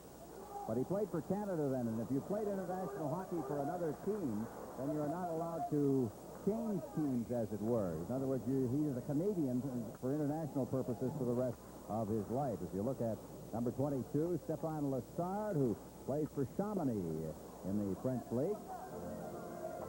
But Brad, You know, they've got some players with some skills on this French team. And I can remember having lived in France years ago when Pete LaLiberté was the coach over there and really the only player in the whole country, probably the father of French hockey, when you consider that he's the one that kind of brought the style of play to their game and brought some skills into the game in France. They've come a long way, but so many countries have. They have. One of the things that they've really been doing is trying to put together some kind of program, and the teams are over there, just like the NHL teams, really don't put the players. There's the goal, right off the shot, a great shot. Right up off the crossbar on that one on the far side. And getting that shot away was Elderbrink, I think. Number 2, let's take a look at it Number again. 22. All right. Sodergren. Watch this shot as he comes out in front of the net by the side. Here's the goaltender for France. He's down low, right up over his right shoulder. Now that is a perfect shot. That's right up under the crossbar, and a great shot by Sodergren. Here's another look at it. He just releases it. Gets that. It's kind of a bad angle goal, but a perfect shot. And Sweden is starting to take control as they should in this game. Well, I imagine, as you said, Brad, the words were heard in the dressing room. From the face-off, that's Peter Anderson back in his own zone. On this side, Lars Carlson at center ice. Right ahead. Anderson, Michael Anderson, out in front of the net. They're alone. There's the quick shot right on the goaltender, Patrick Folio. And it's straight out to center ice. Carlson. Anderson, back to Carlson. Now Michael Anderson. Falling as he tried to get the shot away was Lars Gunnar Pedersen, a former Edmonton draft choice. One thing about these Swedes, Brad, there's a lot of experience. Speaking of experience, number 17 for France is Pauline Bordelot, who played with the Vancouver Canucks. Been in Europe now 8 years. The Swedes have a lot of experience. These fellas, they've been together. They played the Canada Cup together. They played in the World Tournaments together. So they have more experience than France. France hasn't been to a lot of these tournaments. It's probably a team that's been thrown together. And right now, they're learning to try to play together. Number 5, by the way, for France, just coming off the ice now, is Stephen Woodburn. Watch for him. There's an interesting story with him. We'll tell you about it as we go along here. Number 3 for Sweden is Lars Ivarsson. Out to center ice. Now, here's the break by Bo Berglund, another former NHLer who failed to get the shot away. Ivarsson from the blue line, deflected in front, loose in front. Berglund gets the shot away, and that's steered into the corner by Folio, the French goaltender. Ivarsson will get it back at his own blue line. To Mikhail Johansson. Over the line. Nice move as he got by the defense, but then he was double-teamed in front of the net. To the blue line, off Samuelson's gloves. Thomas Sandstrom. Not Thomas Sandstrom.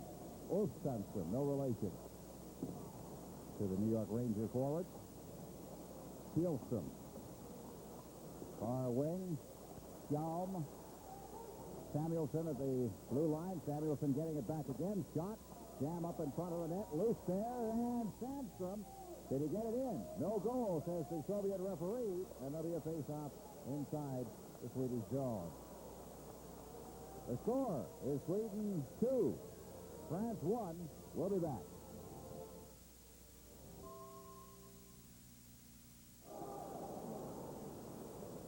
Ron Roos along with Brad Park at the Olympic Saddle Dome.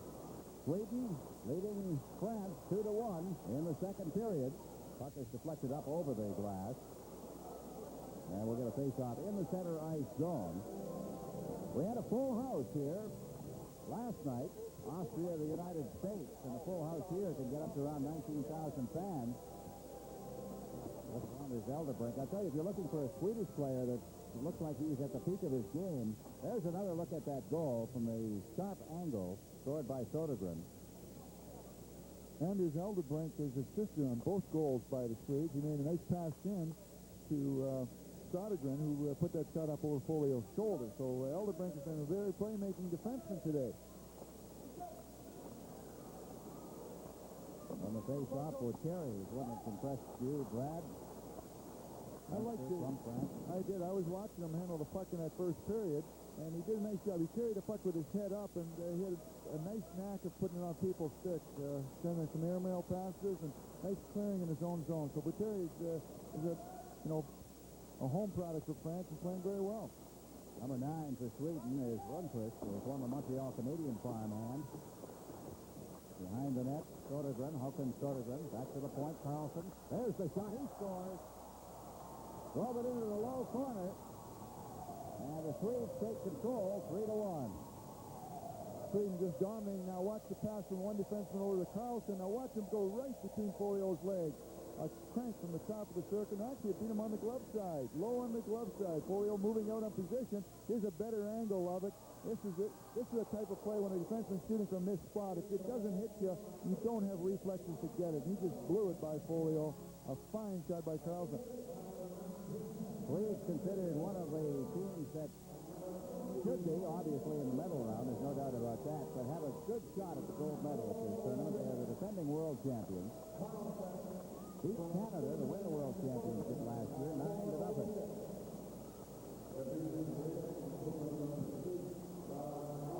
Carlson, center ice. Drops it off for his defense. Ivarsson. Number 12 for Sweden is Mikael Andersson, former Buffalo draft choice. At the blue line, unable to knock it down there was Kielstrom, and breaking out for France is Guy Dupuis. Dupuis up against the boards has knocked off the puck.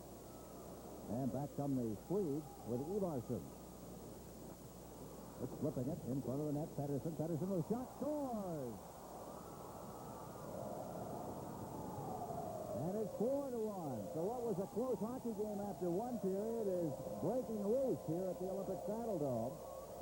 And this one should have been stopped, Brad. There's Lars Pettersson going along, a simple wrist shot, and that's the one that goes through Folio's legs. And one thing you got to remember, here's another look at it, Pettersson picking it up out of the air, going to his left and shooting, and the old legs, that 5 holes open on Folio, and he's having a real problem. He's trying to play a very small stance, and you have to remember that I don't think he's seen this kind of competition or the puck move this well in the French league. So this is something that he's probably not acquainted with, and he's really having trouble out here. Canada leading 4-1 as the Swedes hit the line. Trying to control it in there is Mikael Johansson, and it goes again. The backhand this time. This is a statistical nightmare here as the goals are coming so quickly. 3 goals scored in 2 minutes. Here's Johansson going on the backhand just by the glove side of Folio. They're getting good chance. This is a quality shot. Unfortunately, it's on the backhand, which a lot of goaltenders have trouble with. And there's Johansson going by, and Folio just not having the reflexes to do that. And, the European goaltenders seem to have a deal of trouble. You have to realize that a lot like France is like a lot of countries, it's not the national sport there, so usually the best athletes go out for the national sport, and if hockey is not the national sport, you're not getting the best athletes showing up for practices. We've had 3 goals scored in a minute and 12 seconds as the Swedes have now taken a 5-1 lead. And here they come.